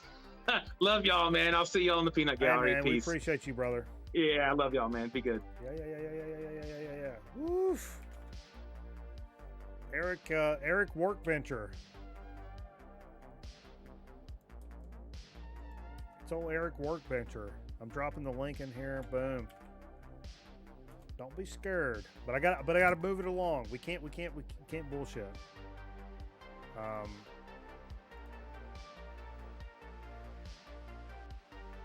So I talked about the Chrome. Yo, check this out.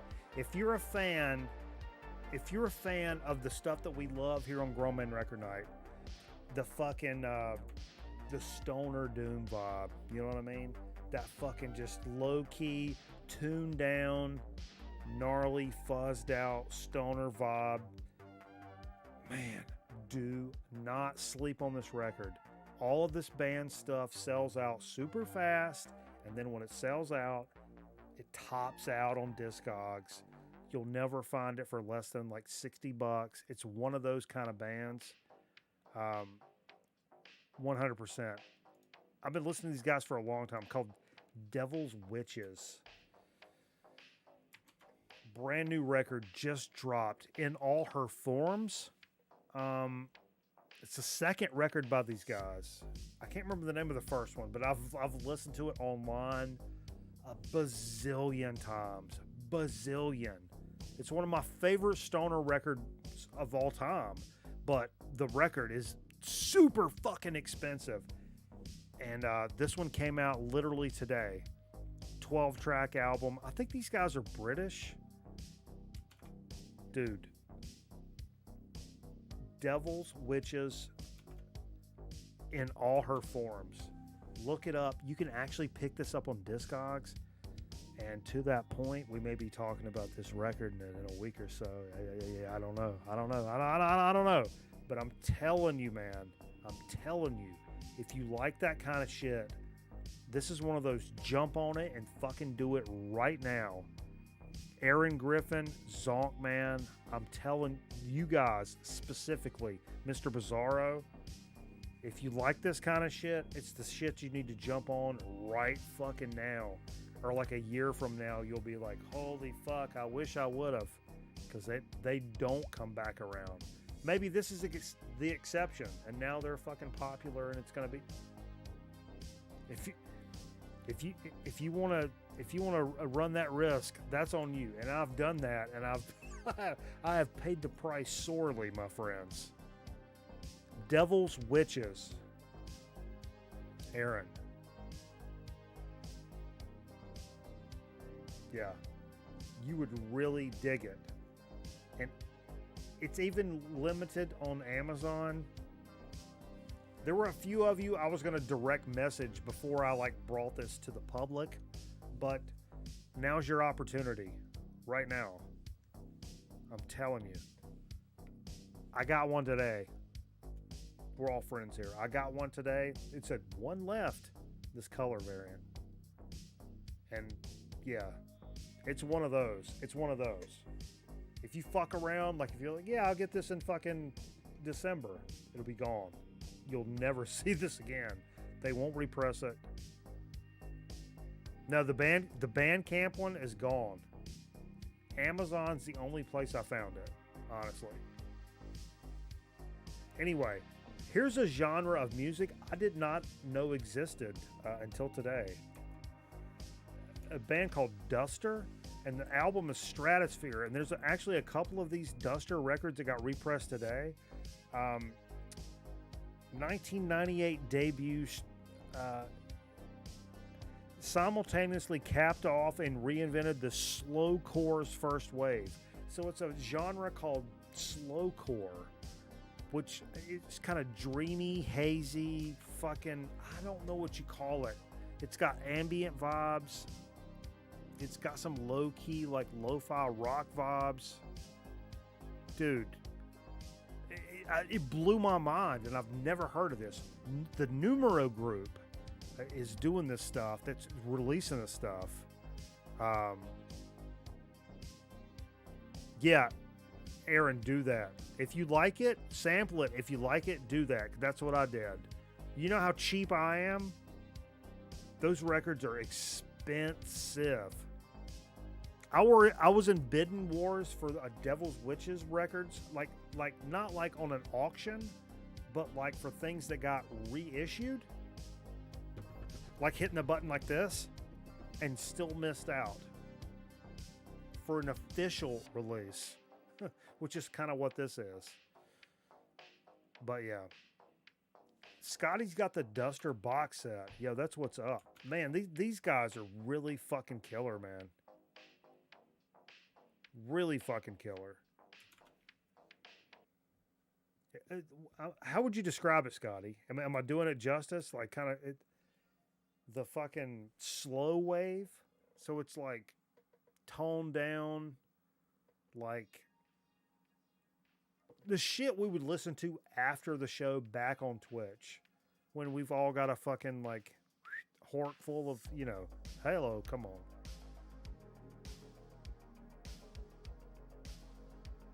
That's what I got, Aaron. Same.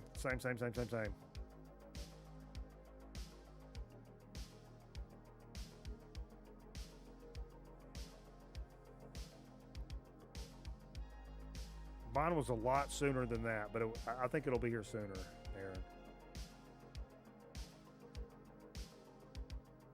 Aaron. Finally, back on that jazz tip, I wanted to mention Elvin Jones Revival, live at Pookie's Pub. Previously unreleased live recordings of Elvin Jones Quartet captures the legendary drummer's emergence as a band leader in a little-known NYC club. Hey, I'm going to NYC next a couple weeks, baby. Woo! For the very first time. Anybody in New York City want to hang out? You guys come to New York City and we can hang out in my Times Square hotel room and fucking get fucked up and shit. For real. I ain't doing nothing.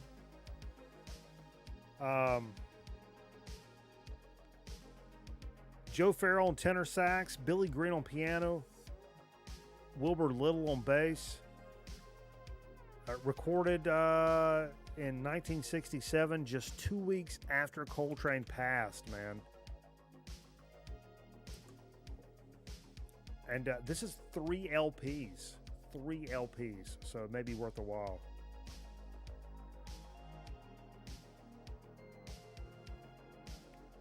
Hell yeah. Let me see if anybody's backstage. Nobody.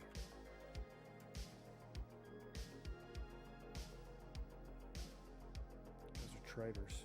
Those are a bunch of fucking traitors. Let's get into what we played. Boom. Boom.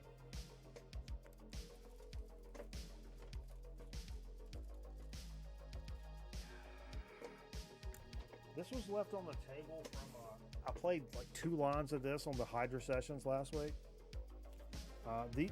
These records, if you didn't know, we talked about this before, are strategically placed in thrift stores around the Southeast at least. Tyler Baum thrift store shampoo. Picked this up in an actual thrift store, brand new, sealed, but they put them in thrift stores on purpose. And it's so fucking killer. Weirdo. Weird. If you like Captain Beefheart, Zappa, just out there fucking bonkers shit. Really cool stuff. I'm gonna put it over here so I don't fuck it up. Scotty sent us this shit right here, the Moist Boys. It's Dean Ween's fucking punk project. I can't get enough of this fucking record. I've played this as much as I've played any record the past several months. Honestly, this shit's fucking killer. I never, Jesus, I about bent the corner. I've never heard about it before then, and man, I can't get enough of it. Like low key, it's good stuff, man. Oh no, not again. That's so good. I don't understand. Cannonball Adderley Quintet Pyramid. Some of my favorite Cannonball Adderley stuff is past the traditional jazz stuff into some of the electro weirdo stuff. Love this record, man. Been playing this on record night for the solid fucking 10 years. If you don't know, you better ask somebody, baby. Whew. What up, Dave, the pickup artist?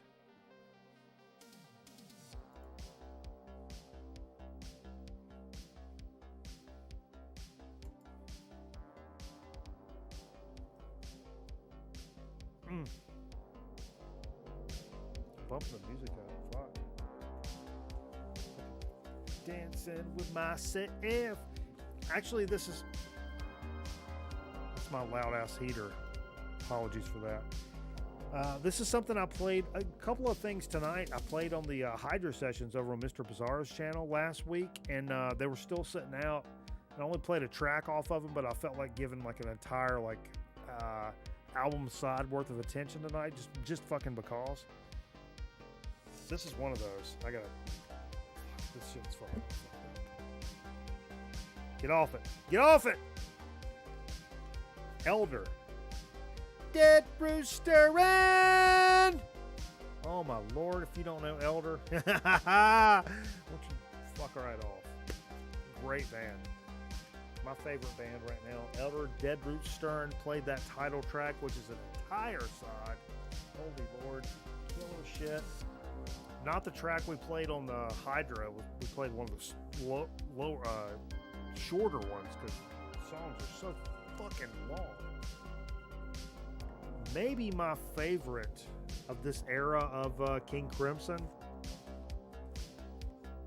3 of a Perfect Pair. God damn it, man. That whole side, the first side of this album is almost goddamn perfect. And it's so funny, I mentioned this in the chat. It's like, Tool says this is their favorite band. Can you hear it? Fucking A, you can hear it. All the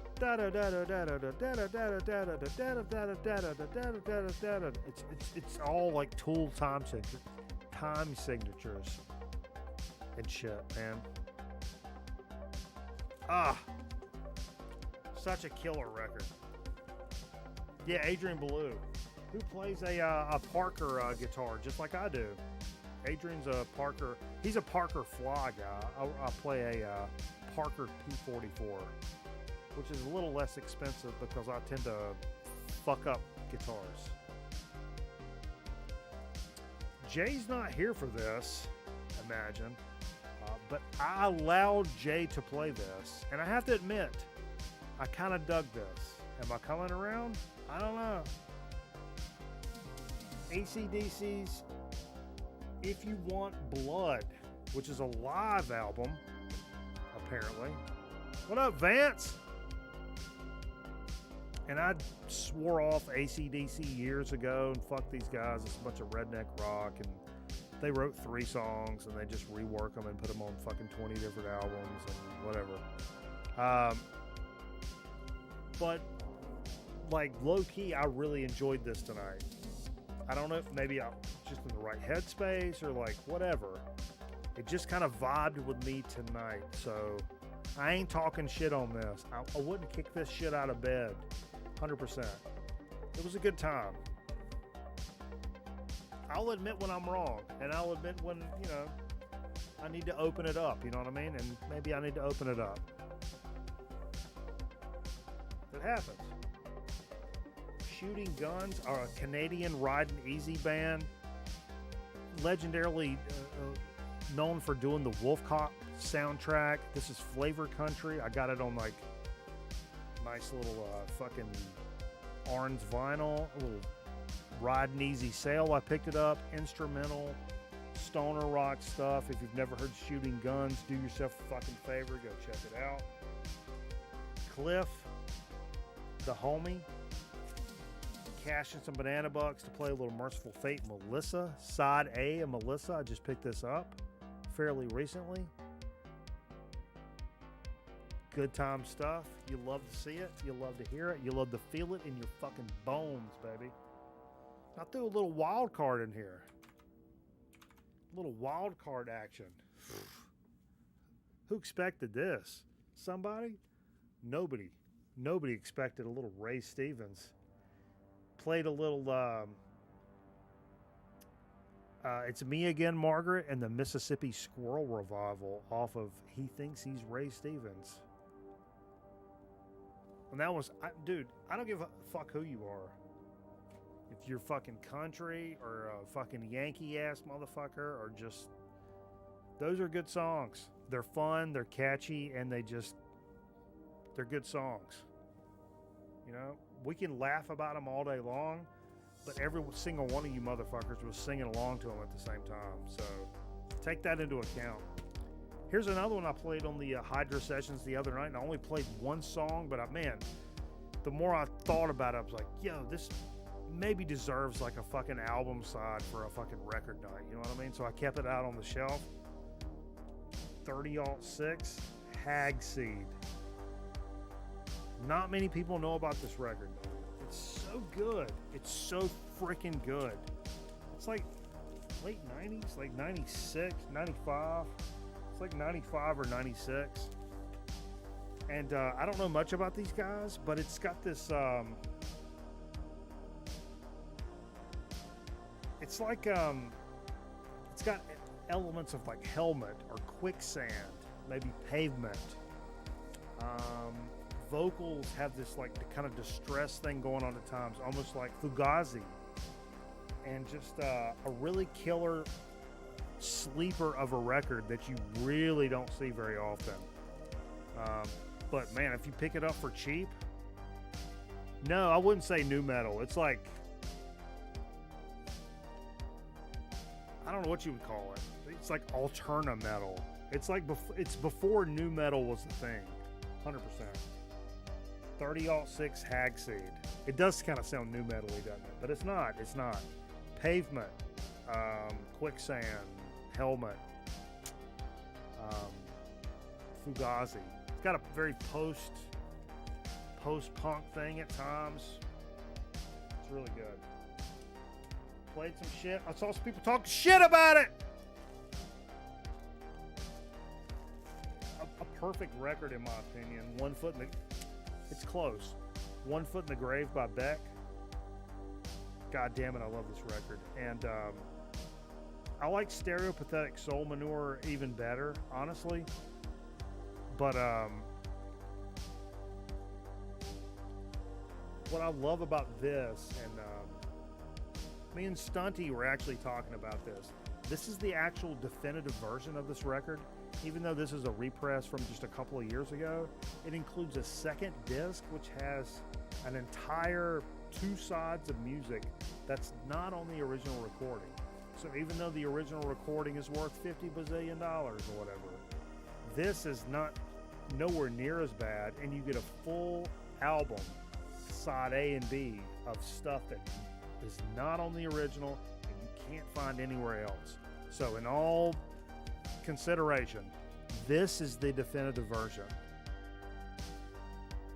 This is the definitive version of the record. If you like 1 Foot in the Grave, which I've loved for 20 goddamn years, it's an amazing record, but it's that's the one you want, and you can get it for cheaper than the original, 100%.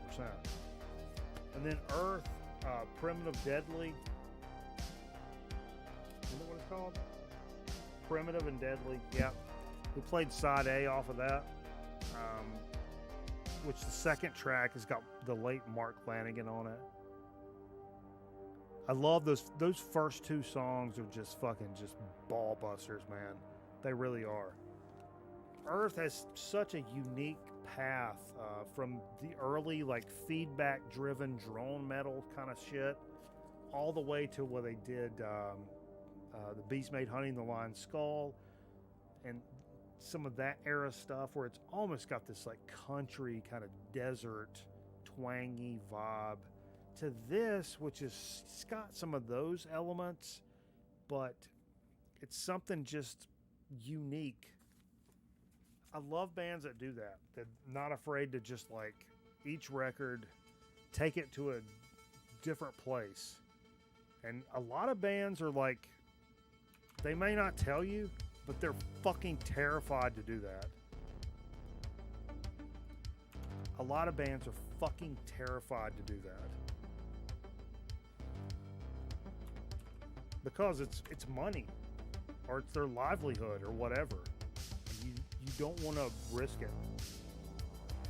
But anyway, let's go ahead. We'll run a little Marbles, baby. I did drop the link back out there if anyone wants to jump in here. Marbles on stream. Come on.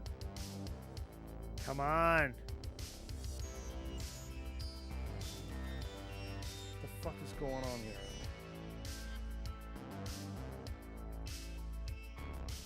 Oh, wait. Am I tripping?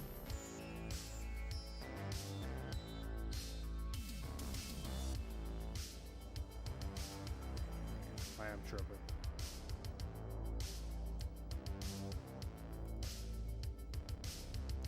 I can ask a chick to squeeze them. What? Whoa, what? Some dude, butcher, pulled you. What the?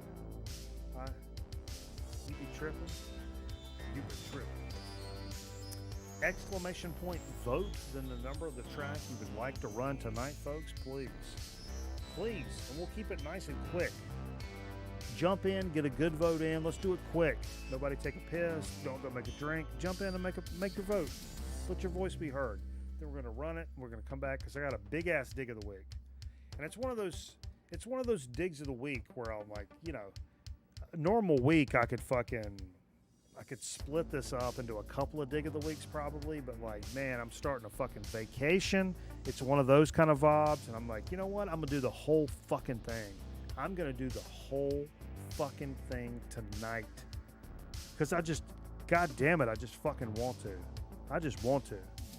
So get a good vote in.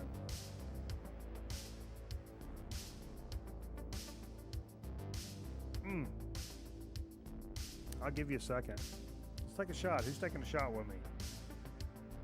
If you guys are scared, you can get in my pocket. There's plenty of room in my pocket for all the pussies that are scared to take a shot with me. It's fine. Some people are just fucking born betas. You know what I mean? Beta ass males. Fucking, or cucks as we call them around here.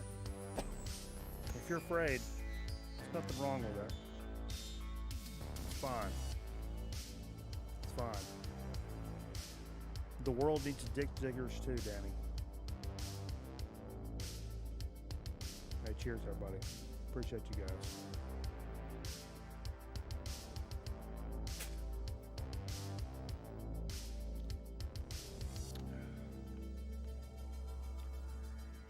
What the fuck are you drinking, Nate? Kronk? Dick diggers? Hey, cheers, fellas.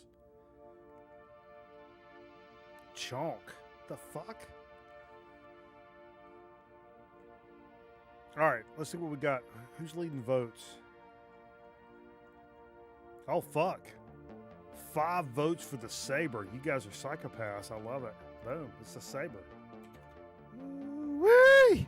Come on, baby. Schlitz? The original Schlitz, Vance? Exclamation point, play. Exclamation point, play in the chat, please. To get a good spot. Weigh in. Have your voice be heard by running a game of marbles with the Grown Man Record Night crew. It's only possible if you play. Much like voting.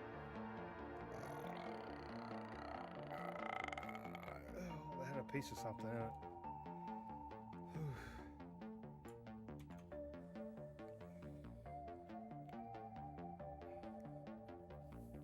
I feel like I'm missing something. Steve left this over here. I should.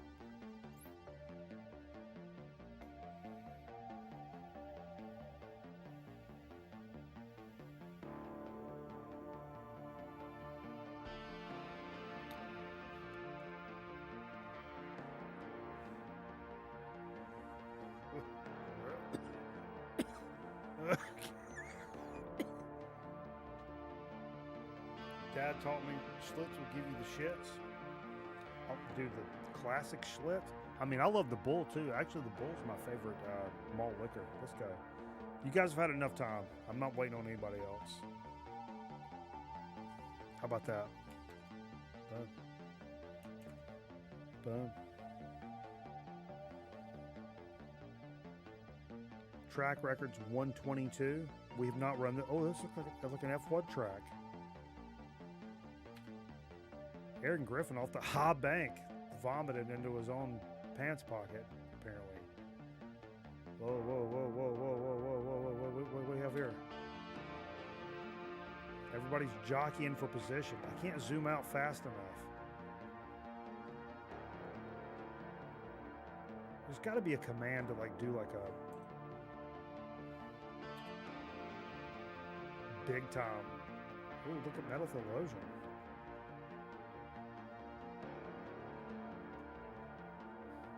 Have to play like cameraman the whole time. It's fucking intense for a man on vacation. Oh, look at this. Oh, shit. Oh, shit. Metal Theologian's still hanging on, though, I think. Yeah. Look at these shots. Is that it? It's not it, is it? Oh, it's 3 laps. It's 3 laps. God damn, Metal Theologian. He's been in the fucking gym.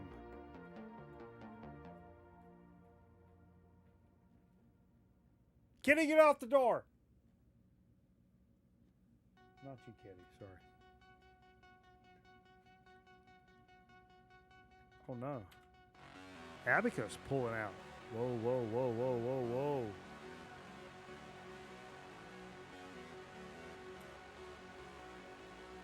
Metal Theologian, right back in there. Right back in there. Right back in there. Skinny Artist. Woo. Power moves with shower shoes. I can't zoom out fast enough.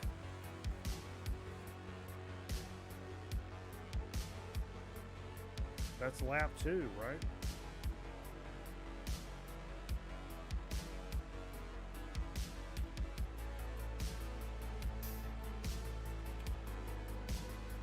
Abacus, Skinny Artist.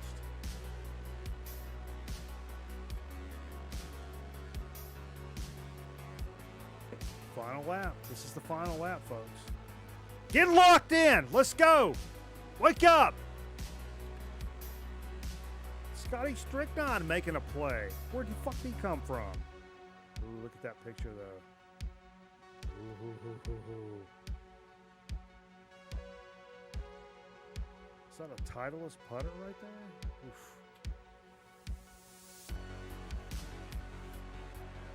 Old truck coming in. Large and in charge. You love to see it. You love to fucking see it. You love to fucking see it. Look at Vance. Talking about moves. Talking about moves. Talking about moves. Are you kidding me? Are you kidding me right now?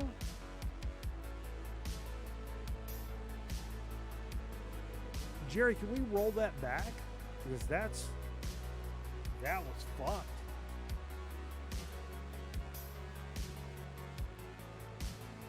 To the 45 seconds before.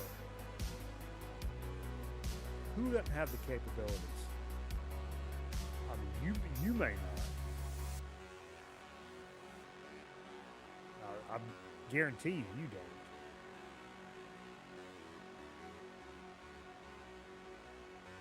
What's that up there in the rafters?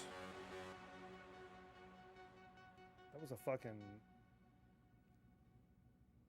ZPO out of nowhere. Yeah, GG's all the way around. What's up, Dave? DJ Thunder?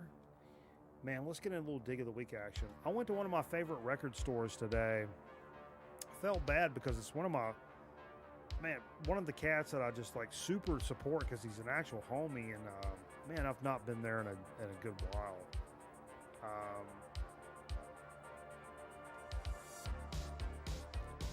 Just for multiple reasons, but I just hadn't been doing that. I can take these off if nobody's gonna fucking join the fucking goddamn. I'm not gonna wear headphones if nobody's playing ball. But I love going to Underdog. It's a fantastic place to discover new music, find music that you've been looking for, to plug holes in your collection. And I did feel an obligation. It's funny because I don't know if you guys have ever felt this, but like a store that you really super hardcore support. Like the owner is like one of your boys. Like, honestly. I've not been there in a while, so the idea of like spending a little more money that I would normally maybe not do was a little bit easier this time because like, man, I've been drop the music. Yeah. I've been kind of, I don't know why the mic keeps dropping. I'm getting pissed off. I'll keep it up here like this the whole fucking time. It's like auto adjusting the gain to the mic. Sorry, I'm going to bring it up because now I'm pissed off.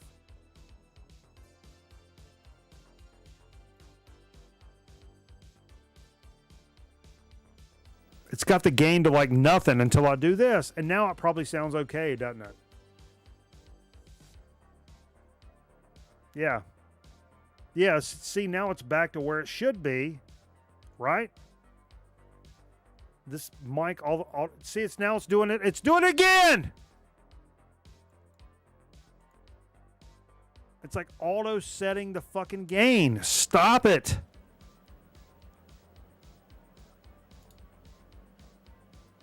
I'm just going to leave it up like this. Maybe this won't allow it to adjust it. We'll see. We'll see. But anyway, I'm not holding anything back from tonight's dig of the week. 100%. Even though it's just me, it's a vacation. It's a vacation fucking Friday. And those are special for the show, man. That's the vibe that this show is all about. If you've ever been like a Memorial Day or a Labor Day or something like that, and you go like to your local record store on that Friday before, man, you know that feeling? Ever since you were a fucking kid, right? It's that like, oh, I'm going to have an extra couple of days off. Extra skip in your step. You walk in the record store. Like, oh, yeah, maybe I'll buy this one too. It's just like everything's got a different fucking feel to it. So I never skip those opportunities to go to my local record stores because there's nothing in the fucking world that feels like a Friday vacation record store trip. And this doesn't disappoint either. It's nothing fucking crazy. I'll go, actually, okay.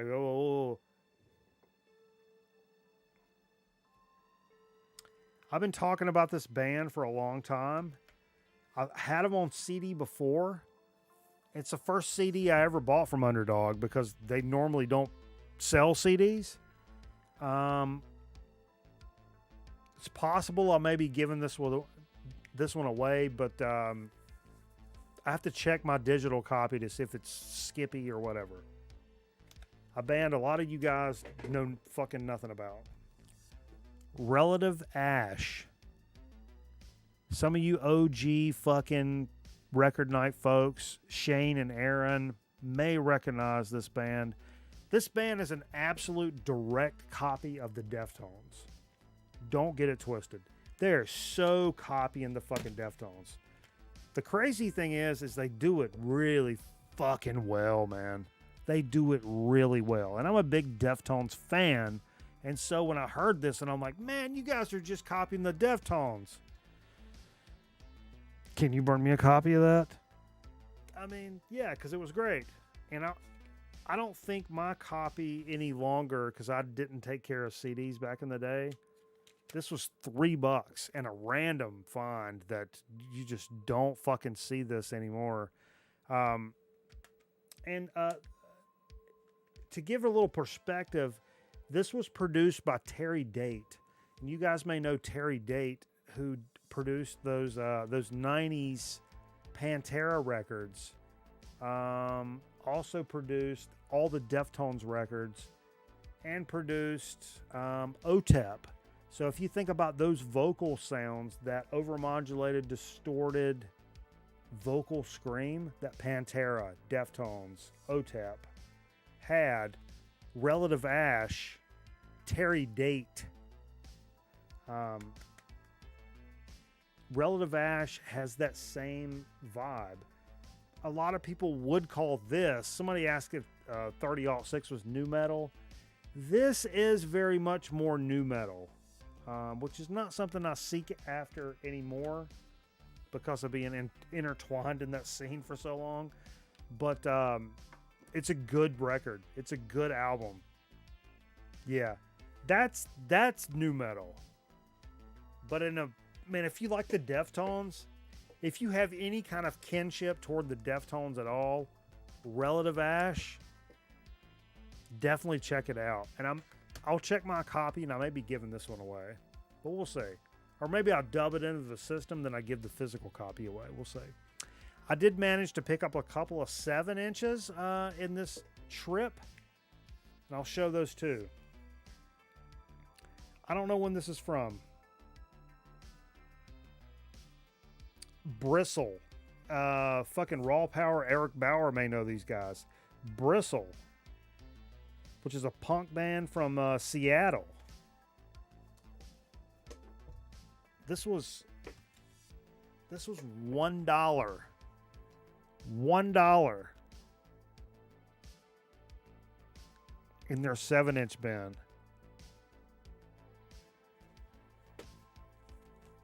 And it's a red God damn, how is there... Fucking Christ. This is side B, and there's like fucking 40 songs on this side. Bristle. The other side has got just as many songs. All the songs are like a minute or two long.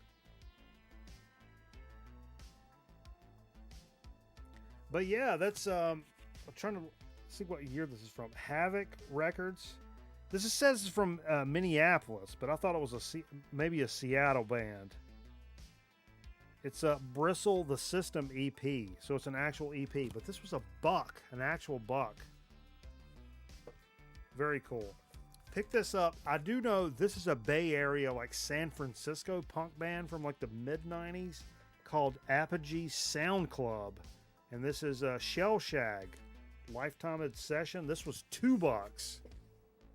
Now check this out. This is like kind of a chick oriented, maybe that's not even fair to probably say. It's just a good punk band. Like a mid 90s punk band out of the Bay Area. Cool back cover. Let's see what the innards look like, because I didn't even really pull it out. Well, it's got a little nice it was like an art book. Oh, that's cool, man. It's got like a full-on like art book. Some of it's intact and falling apart and whatever. It's just black, just a black 7-inch, but very cool nevertheless. I think this is from like 94 if I'm not mistaken. And I sampled just a little bit of this, and it's got that kind of like straight up rock and roll punk vibes, not like the super hardcore or super aggressive, overmodulated, super distorted stuff, but like more like New York Dolls, like rock and roll based 145 kind of stuff in a good kind of way. So I was stoked to pick those up, man. Yeah, 7 inches are great, man. That was $3 I spent on 7 inches on two bands I've never heard of before, and then just testing them for fucking 5 seconds, I was like, oh, that's cool, and bought them. That's $3. All right, I'm digging in. I'm digging in, man. There's a few things I had in mind when I came in there. You guys are gonna like this shit. You guys are gonna like it. Yo, check this out. I've never seen this before, but it was only $17.99. Dinosaur Jr.'s Beyond 15th Anniversary Edition. Limited edition green and purple vinyl. So I guess this is when they got back together for the first time in like 2007. And since then, this is the first time this was reissued.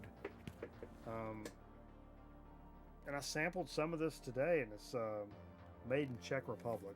Is this even real? But it was such a... The riffs were fucking killer.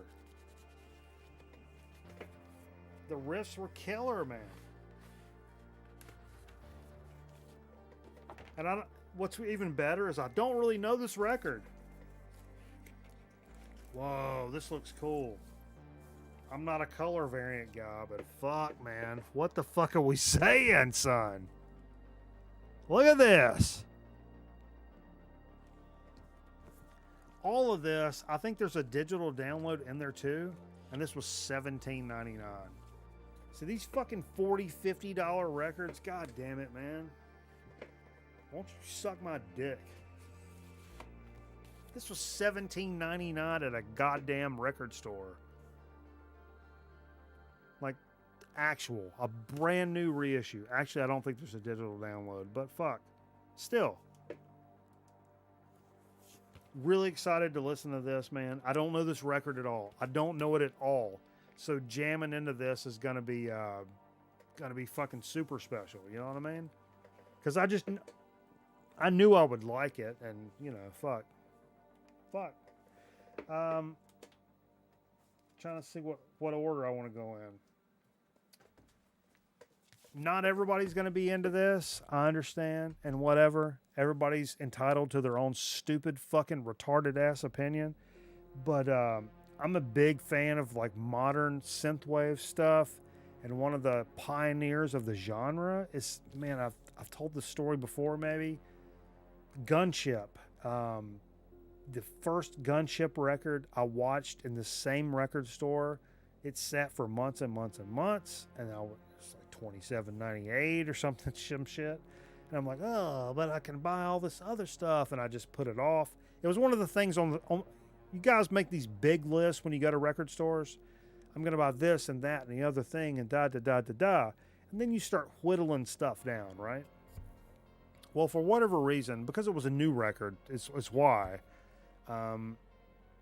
The Gunship record got whittled off of my list 10 times. 10 times it probably got whittled off of my list. Well, then all of a sudden the record goes out of print and you can't find it. It's a great record, and it's like expensive as fuck. Anyway, brand new Gunship record called Dark All Day. So if you don't understand this, it's synth music from now that sounds like the 80s. This is actually vocal, so there's like a lot of vocals on this stuff. A lot of corny, cheesy saxophone kind of stuff. It's great. I have an increasingly expanding synthwave collection, including stuff like, if you like stuff like The Midnight or Mitch Murder, this is kind of for you. It's one of those things I wasn't super into at first because of the vocals, but I've since learned to just super love that kind of stuff. Mostly because of the band The Midnight. The Midnight and Gunship are where the synthwave vocals kind of like separates itself for me. Fuck shrink wrap. I'm done with shrink wrap for the rest of my life. Because I buy sleeves now. Can't nobody tell me nothing about nobody. You guys don't know shit about nothing. Let's see if it looks weird or anything. Is it just black vinyl? Oh, it's just black. Not that there's anything wrong with black.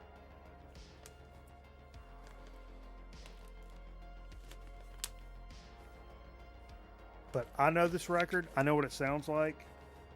Some of you guys will really enjoy this. Gunship, Dark All Day. And it's one of those where I'm like, yeah, this is going to go away. This is one of those records that will go away and you'll be like, man, you should have fucking bought that record. You should have bought it. Yeah. Outer sleeves are a great idea. Yeah, I got a whole box of them down there. That's why I'm ripping the fucking, now that I've bought the sleeves down here, fucking shrink wrap is getting thrown away. A big hole in my collection for a really long time. Apparently this just came out recently.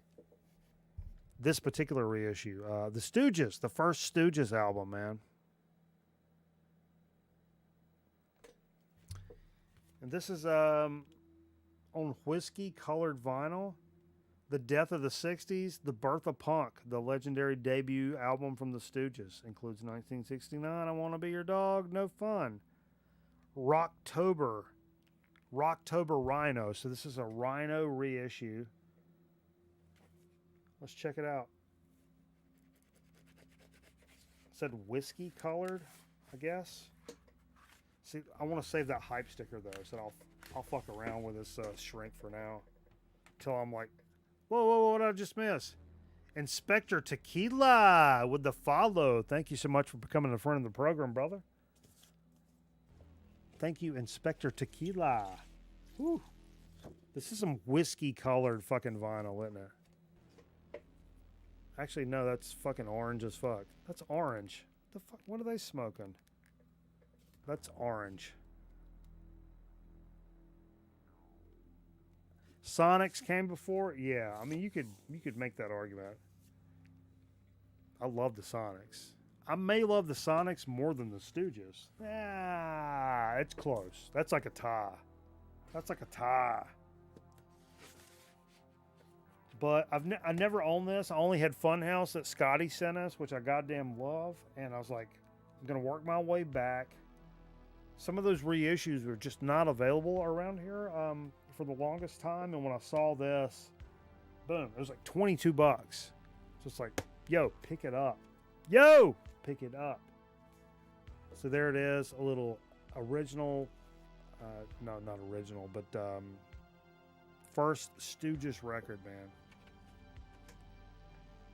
And here's something I did not anticipate picking up at all. But, well, actually, I kind of did, but saw that it was sold out. But when I got in there, realized that in the used bin in a local record store, right, was actually the Walmart exclusive of Master of Puppets, which is the record I've been looking for. This is one of the most important records of my life, and I've never owned it on vinyl, ever. For whatever reason. You know, originally because it was so expensive, and then it was like repressed and easy to find, and I was like, I would skip over it, and then it was like, oh, now it's gone. Now Walmart reissued it. Oh, now you can't find that.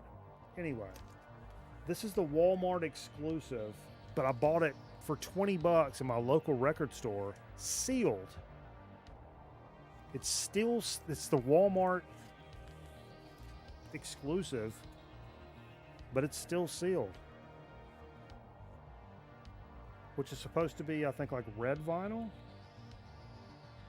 battery brick vinyl. Yeah, this is my favorite Metallica, by far, and I think I'll say the best heavy metal record of all time. I'll say it.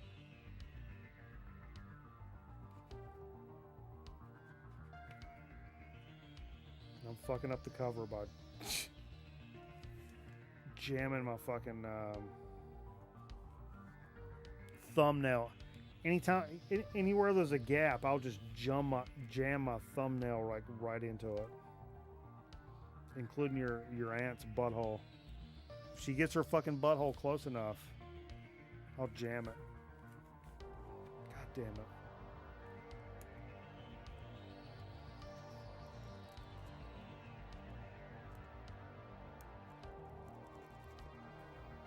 Is it a gatefold or no?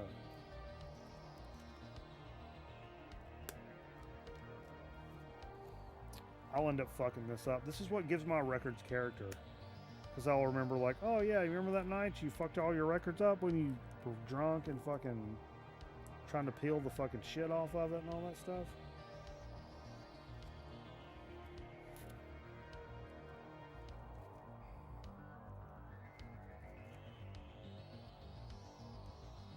I'm trying to show you the vinyl. The vinyl. It looks like a gatefold.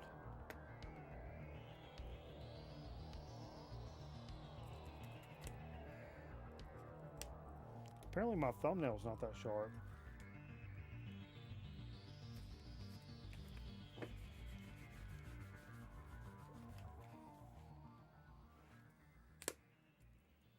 Hey, the old trick worked, I think.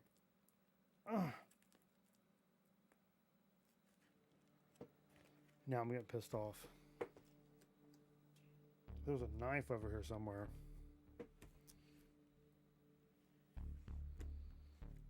I'm trying not to fuck it up.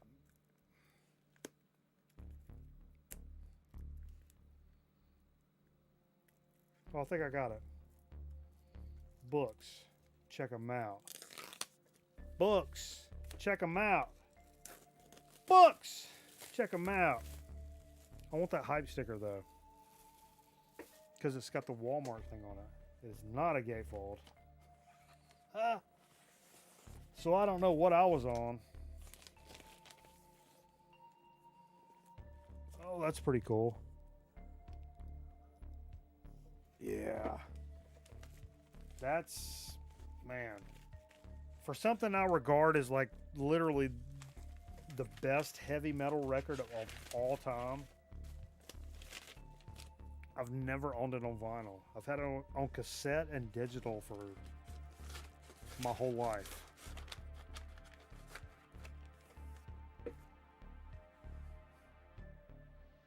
Man, if you don't think we're going to be playing this record in like fucking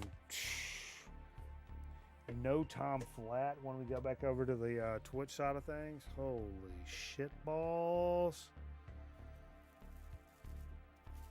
But I got to save that Walmart hype sticker. I feel dirty saying that. Oh! Cat Blackie, thank you for the follow. Thank you for becoming a friend of the program. Appreciate that, homie. Yeah. Let's everybody take a quick commercial break. And we'll come back with a soda speaking chip chat. Is there anybody backstage? Nobody's backstage. Nobody clicks links. Of course there's not. Of course there's nobody back there. Of course there's not. I mean, what show do we think we are here? What am I supposed to do with this? What am I doing with this? Jerry, what am I supposed to do with this? We'll make a folder. Give me a manila folder. Do you have enough brads to secure this to manila folder?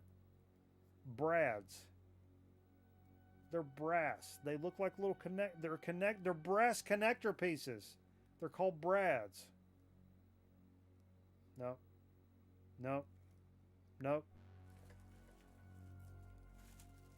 No. No. We'll be right back. Fuck.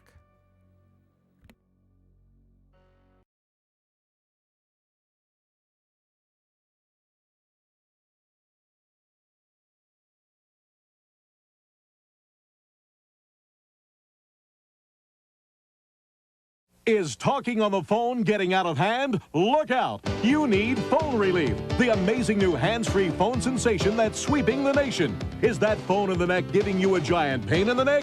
Then you need Phone Relief. Watch. Simply attach the special double back fastener to any phone. Then attach the Phone Relief headset. It's that easy. Hands-free, pain-free, there's never been anything like it. It fits so securely to your phone, your hands are free to do virtually anything. Yet the padded headset removes this easily, and it's fully adjustable. It works on any phone, even remotes. You can use it anywhere, anytime, indoors or outdoors. It's absolutely phone-nominal.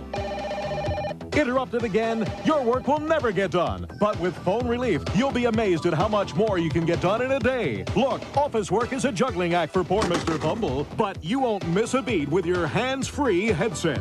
A must for the entire office. Work will go quicker and easier with Phone Relief.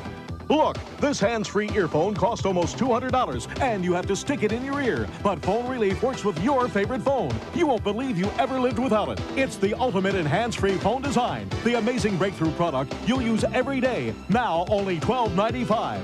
But we urge you to call now. Due to the incredible demand, our operators are giving away additional units at tremendous discounts on all of today's orders. Look again at how easy it is to go hands-free with the amazing Phone Relief. An outstanding value at just $12.95. Does it make any sense to talk like this when finally there's an easy way to go hands-free with Phone Relief? Call toll-free to order by credit card and make this your last phone of the neck call. Credit card users call toll-free 1-800-257-1234. Sorry, no CODs. Call 1-800-257-1234. Or send check or money order for just $12.95 plus $3.50 shipping and handling to Phone Relief, P.O. Box 2889, Atlanta, Georgia 30301. Credit card users call now. 1-800-257-1234.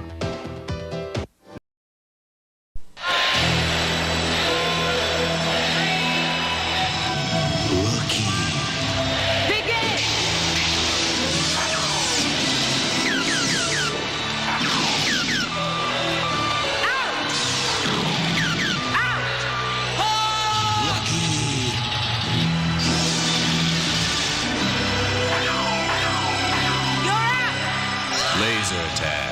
It's harder than ever from Worlds of Wonder.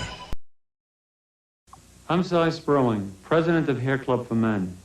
If you've ever thought about doing something about your thinning hair, then this important new booklet is something you should have. And I'll see that you get it free if you call our toll-free number. The booklet is an honest, straightforward discussion of all the hair replacement techniques, including, of course, our own exclusive strand-by-strand hair system. It covers the good and not so good points of toupees and wigs, weaves, the suture process, transplants, and a lot more. It's designed to give you the facts you need to make an intelligent choice about what's best for you.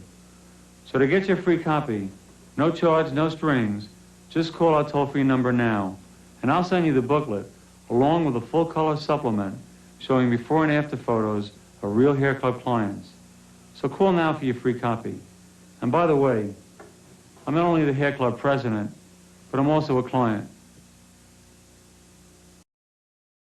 Fuck you, Baltimore! If you're dumb enough to buy a new car this weekend, you're a big enough schmuck to come to Big Bill Hell's Cars. Bad deals. Cars that break down. Thieves. If you think you're gonna find a bargain at Big Bill, you can kiss my ass. It's our belief that you're such a stupid motherfucker. You'll fall for this bullshit. Guaranteed. If you find a better deal, shove it up your ugly ass. You heard us right. Shove it up your ugly ass. Bring your tray. Bring your time. Bring your wife. We'll fuck her. That's right, we'll fuck your wife. Because at Big Bill Hell, you're fucked 6 ways from Sunday. Take a hike to Big Bill Hell, home of challenge pissing. That's right, challenge pissing. How does it work? If you can piss 6 feet in the air straight up and not get wet, you get no down payment. Don't wait. Don't delay. Don't fuck with us or we'll rip your nuts off. Only at Big Bill Hell, the only dealer that tells you to fuck off. Hurry up, asshole. This event ends the minute after you write us a check. And it better not bounce or you're a dead motherfucker. Go to hell. Big Bill Hell's Cars. Baltimore's filthiest and exclusive home of the meanest sons of bitches in the state of Maryland. Guaranteed.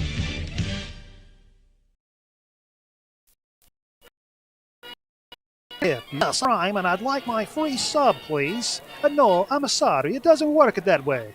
You take your Amazon Prime, you link your Twitch account, then you get 1 free subscription to your favorite Twitch channel, like a grown man record night. I like it at Mikey Bananas. He a funny guy, and a good looking too. Jay, not so much. Oh, I understand. How about some free soup then? Link Amazon Prime to your Twitch account and subscribe to Grown Men Record Night for free. You gain access to sub badges and exclusive chat emotes. Subject to credit approval, avoid prohibited by law. See Twitch Broadcaster for complete details.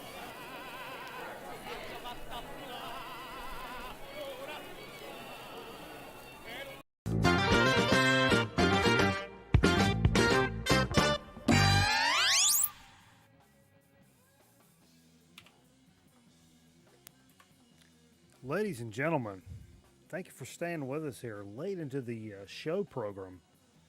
Whew, had a great crew tonight. Showing up.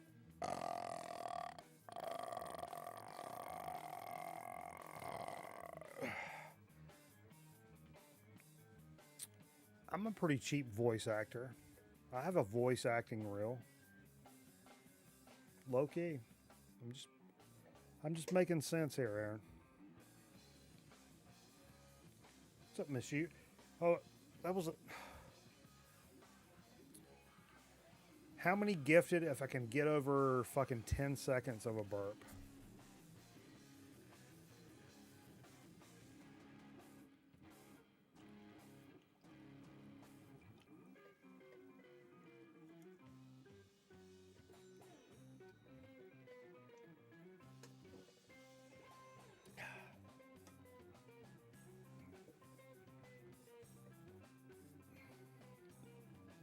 No, not that one. I caught a hanger. So I had to kind of I don't want to say scramble, but I knew Steve Fever was not going to be here tonight. He has a large cachet of chips and sodas for the program, but my personal cachet has kind of depleted in the recent weeks. So I had to kind of scramble to pick some stuff up. So let's get into a little so to speak action for tonight. What is this? 11/18, Cameron's birthday. 2022. Is that hot? And to this day, when I hear it play, I just got to rock and roll. We were born to rock. We were born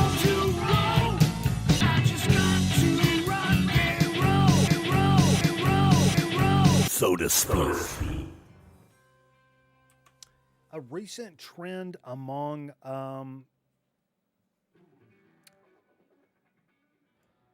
soda manufacturers is the whole zero sugar thing. If you'll note, what was this?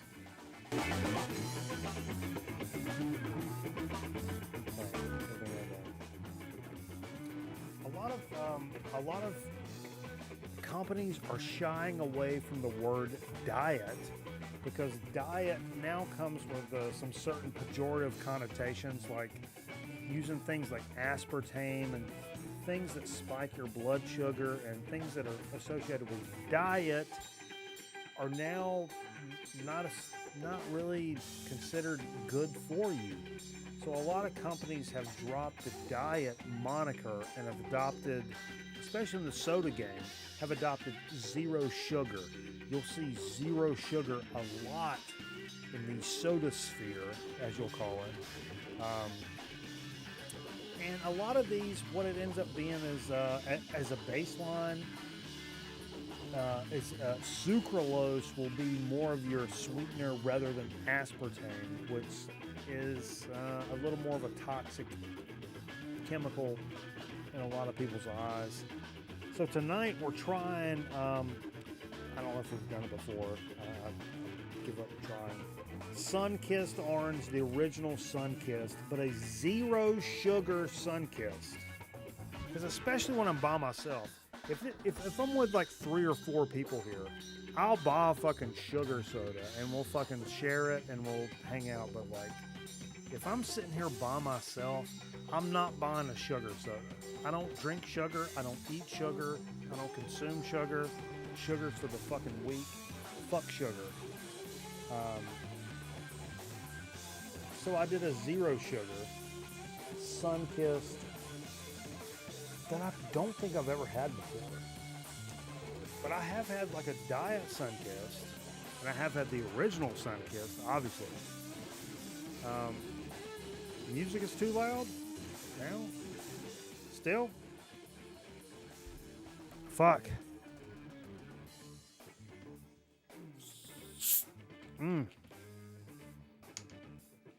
So let's see what this zero sugar Sun-Kissed is like.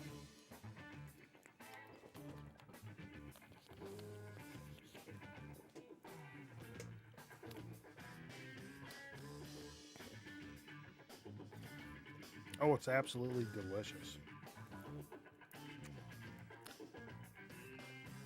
And that is so fucking good. Better than regular Sun-Kissed. Because regular Sun-Kissed, I mean, at the end of the day, for somebody like me, it's gonna feel like coating your teeth with fucking pancake syrup. But let's see what this is sweetened with. I'm just curious. I bet it's sucralose. I'm just guessing.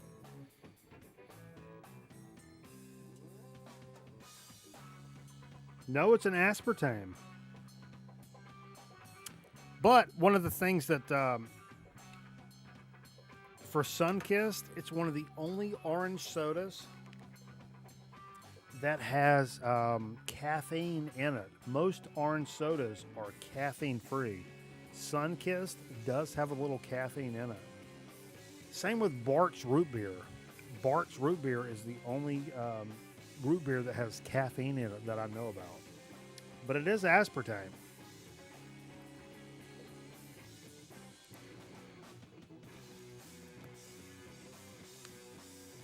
But that is really fucking good. Maybe I'm just faded. But Sun-Kissed zero sugar, if you run across it, especially if you're a cat that ain't trying to fuck with, hey, look, I'm all about cheating. I'm all about eating bad shit and fucking getting bent out of the frame. Fucking eat some edibles, drink some liquor, and let's go get stupid.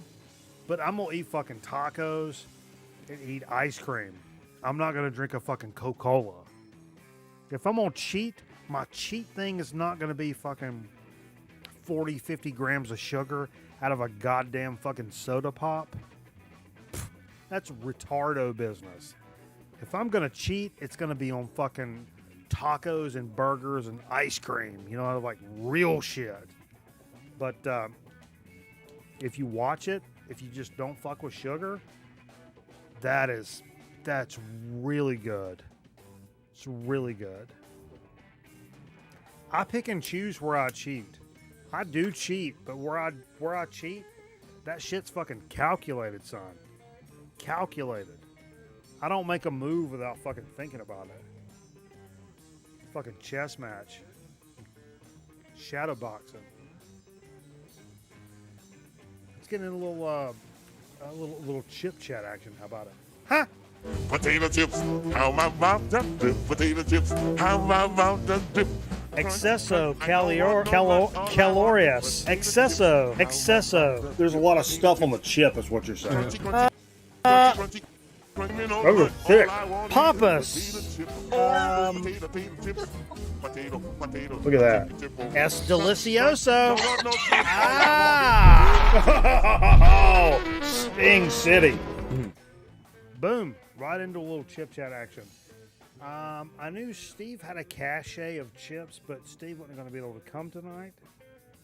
As noted by my fucking thick ass bars at the top of the show. Yo, rewind the show. Check out them bars, son. But I did run into this. And the flavor is cheddar cheese, which I fucking... You got me right there. And the name of the brand is... the name of the brand is Sensible Portions. I can't even say it out loud. But they're veggie chips. Check it out. Made with potatoes, tomatoes, carrots, and beets, Dwight Schrute. Wait, I gotta read this. At the top of it.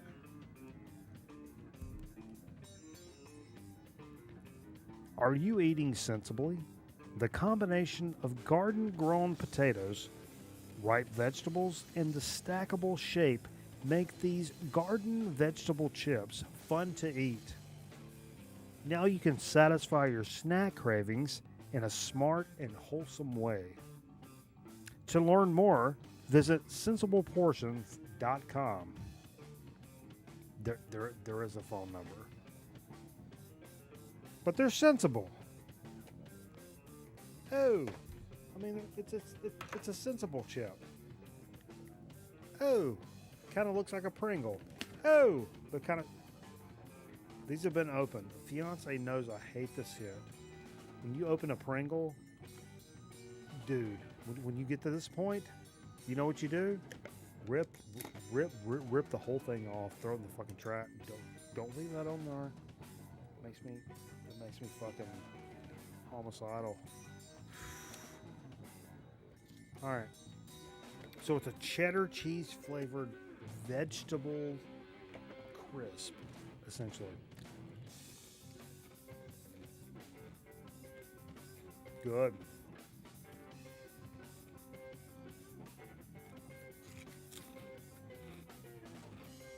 Mmm.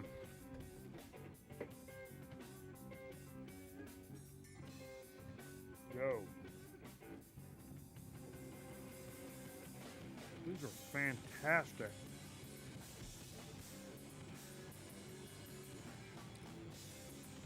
These are top 5 chip of the year category.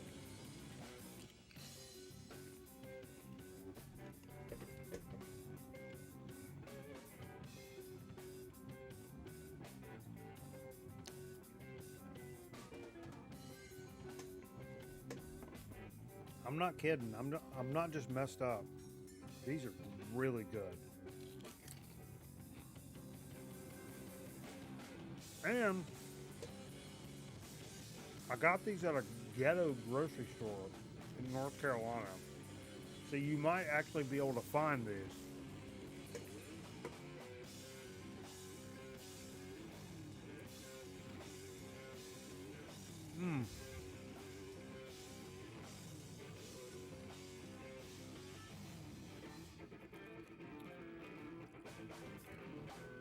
But will it ice cream? No, I'm not making ice cream.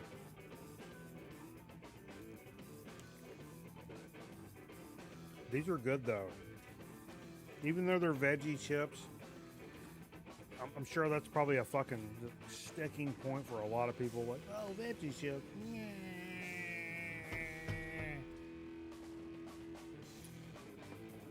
Man, these are good. I'm telling you.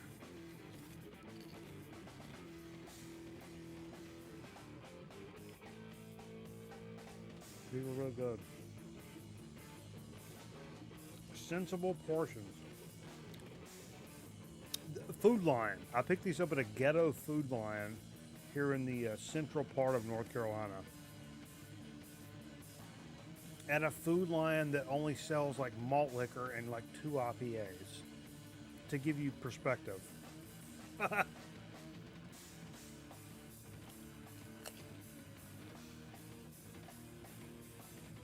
What up, man? Yo.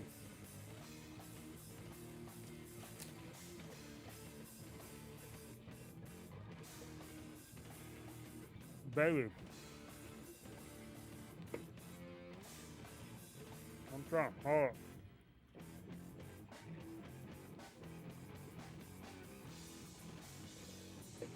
You know we're about to drop back over to fucking Twitch. You know what I'm starting with? I'll probably play the whole fucking album. Because it's literally the greatest album of all time. Metal-wise, in my opinion. Whew. Folks. Appreciate you guys. 100%. Hey, the support, the continued fucking support of the channel, the commitments, the recommitments, all night long, the fucking hype train. You guys pitched in on that hot fucking hype train. Yo. None of that shit goes fucking unnoticed. 100%. Fucking high fives across the fucking board. Never goes unnoticed, baby. That fucking hype train shit, man. Whew. Makes a good old boy just feel fucking even better. Won't you come over to Twitch with us and listen to the fucking record albums? Huh? Will you? Will you? We're on my record night number 488 or whatever the fuck it is. Yeah. We out, son.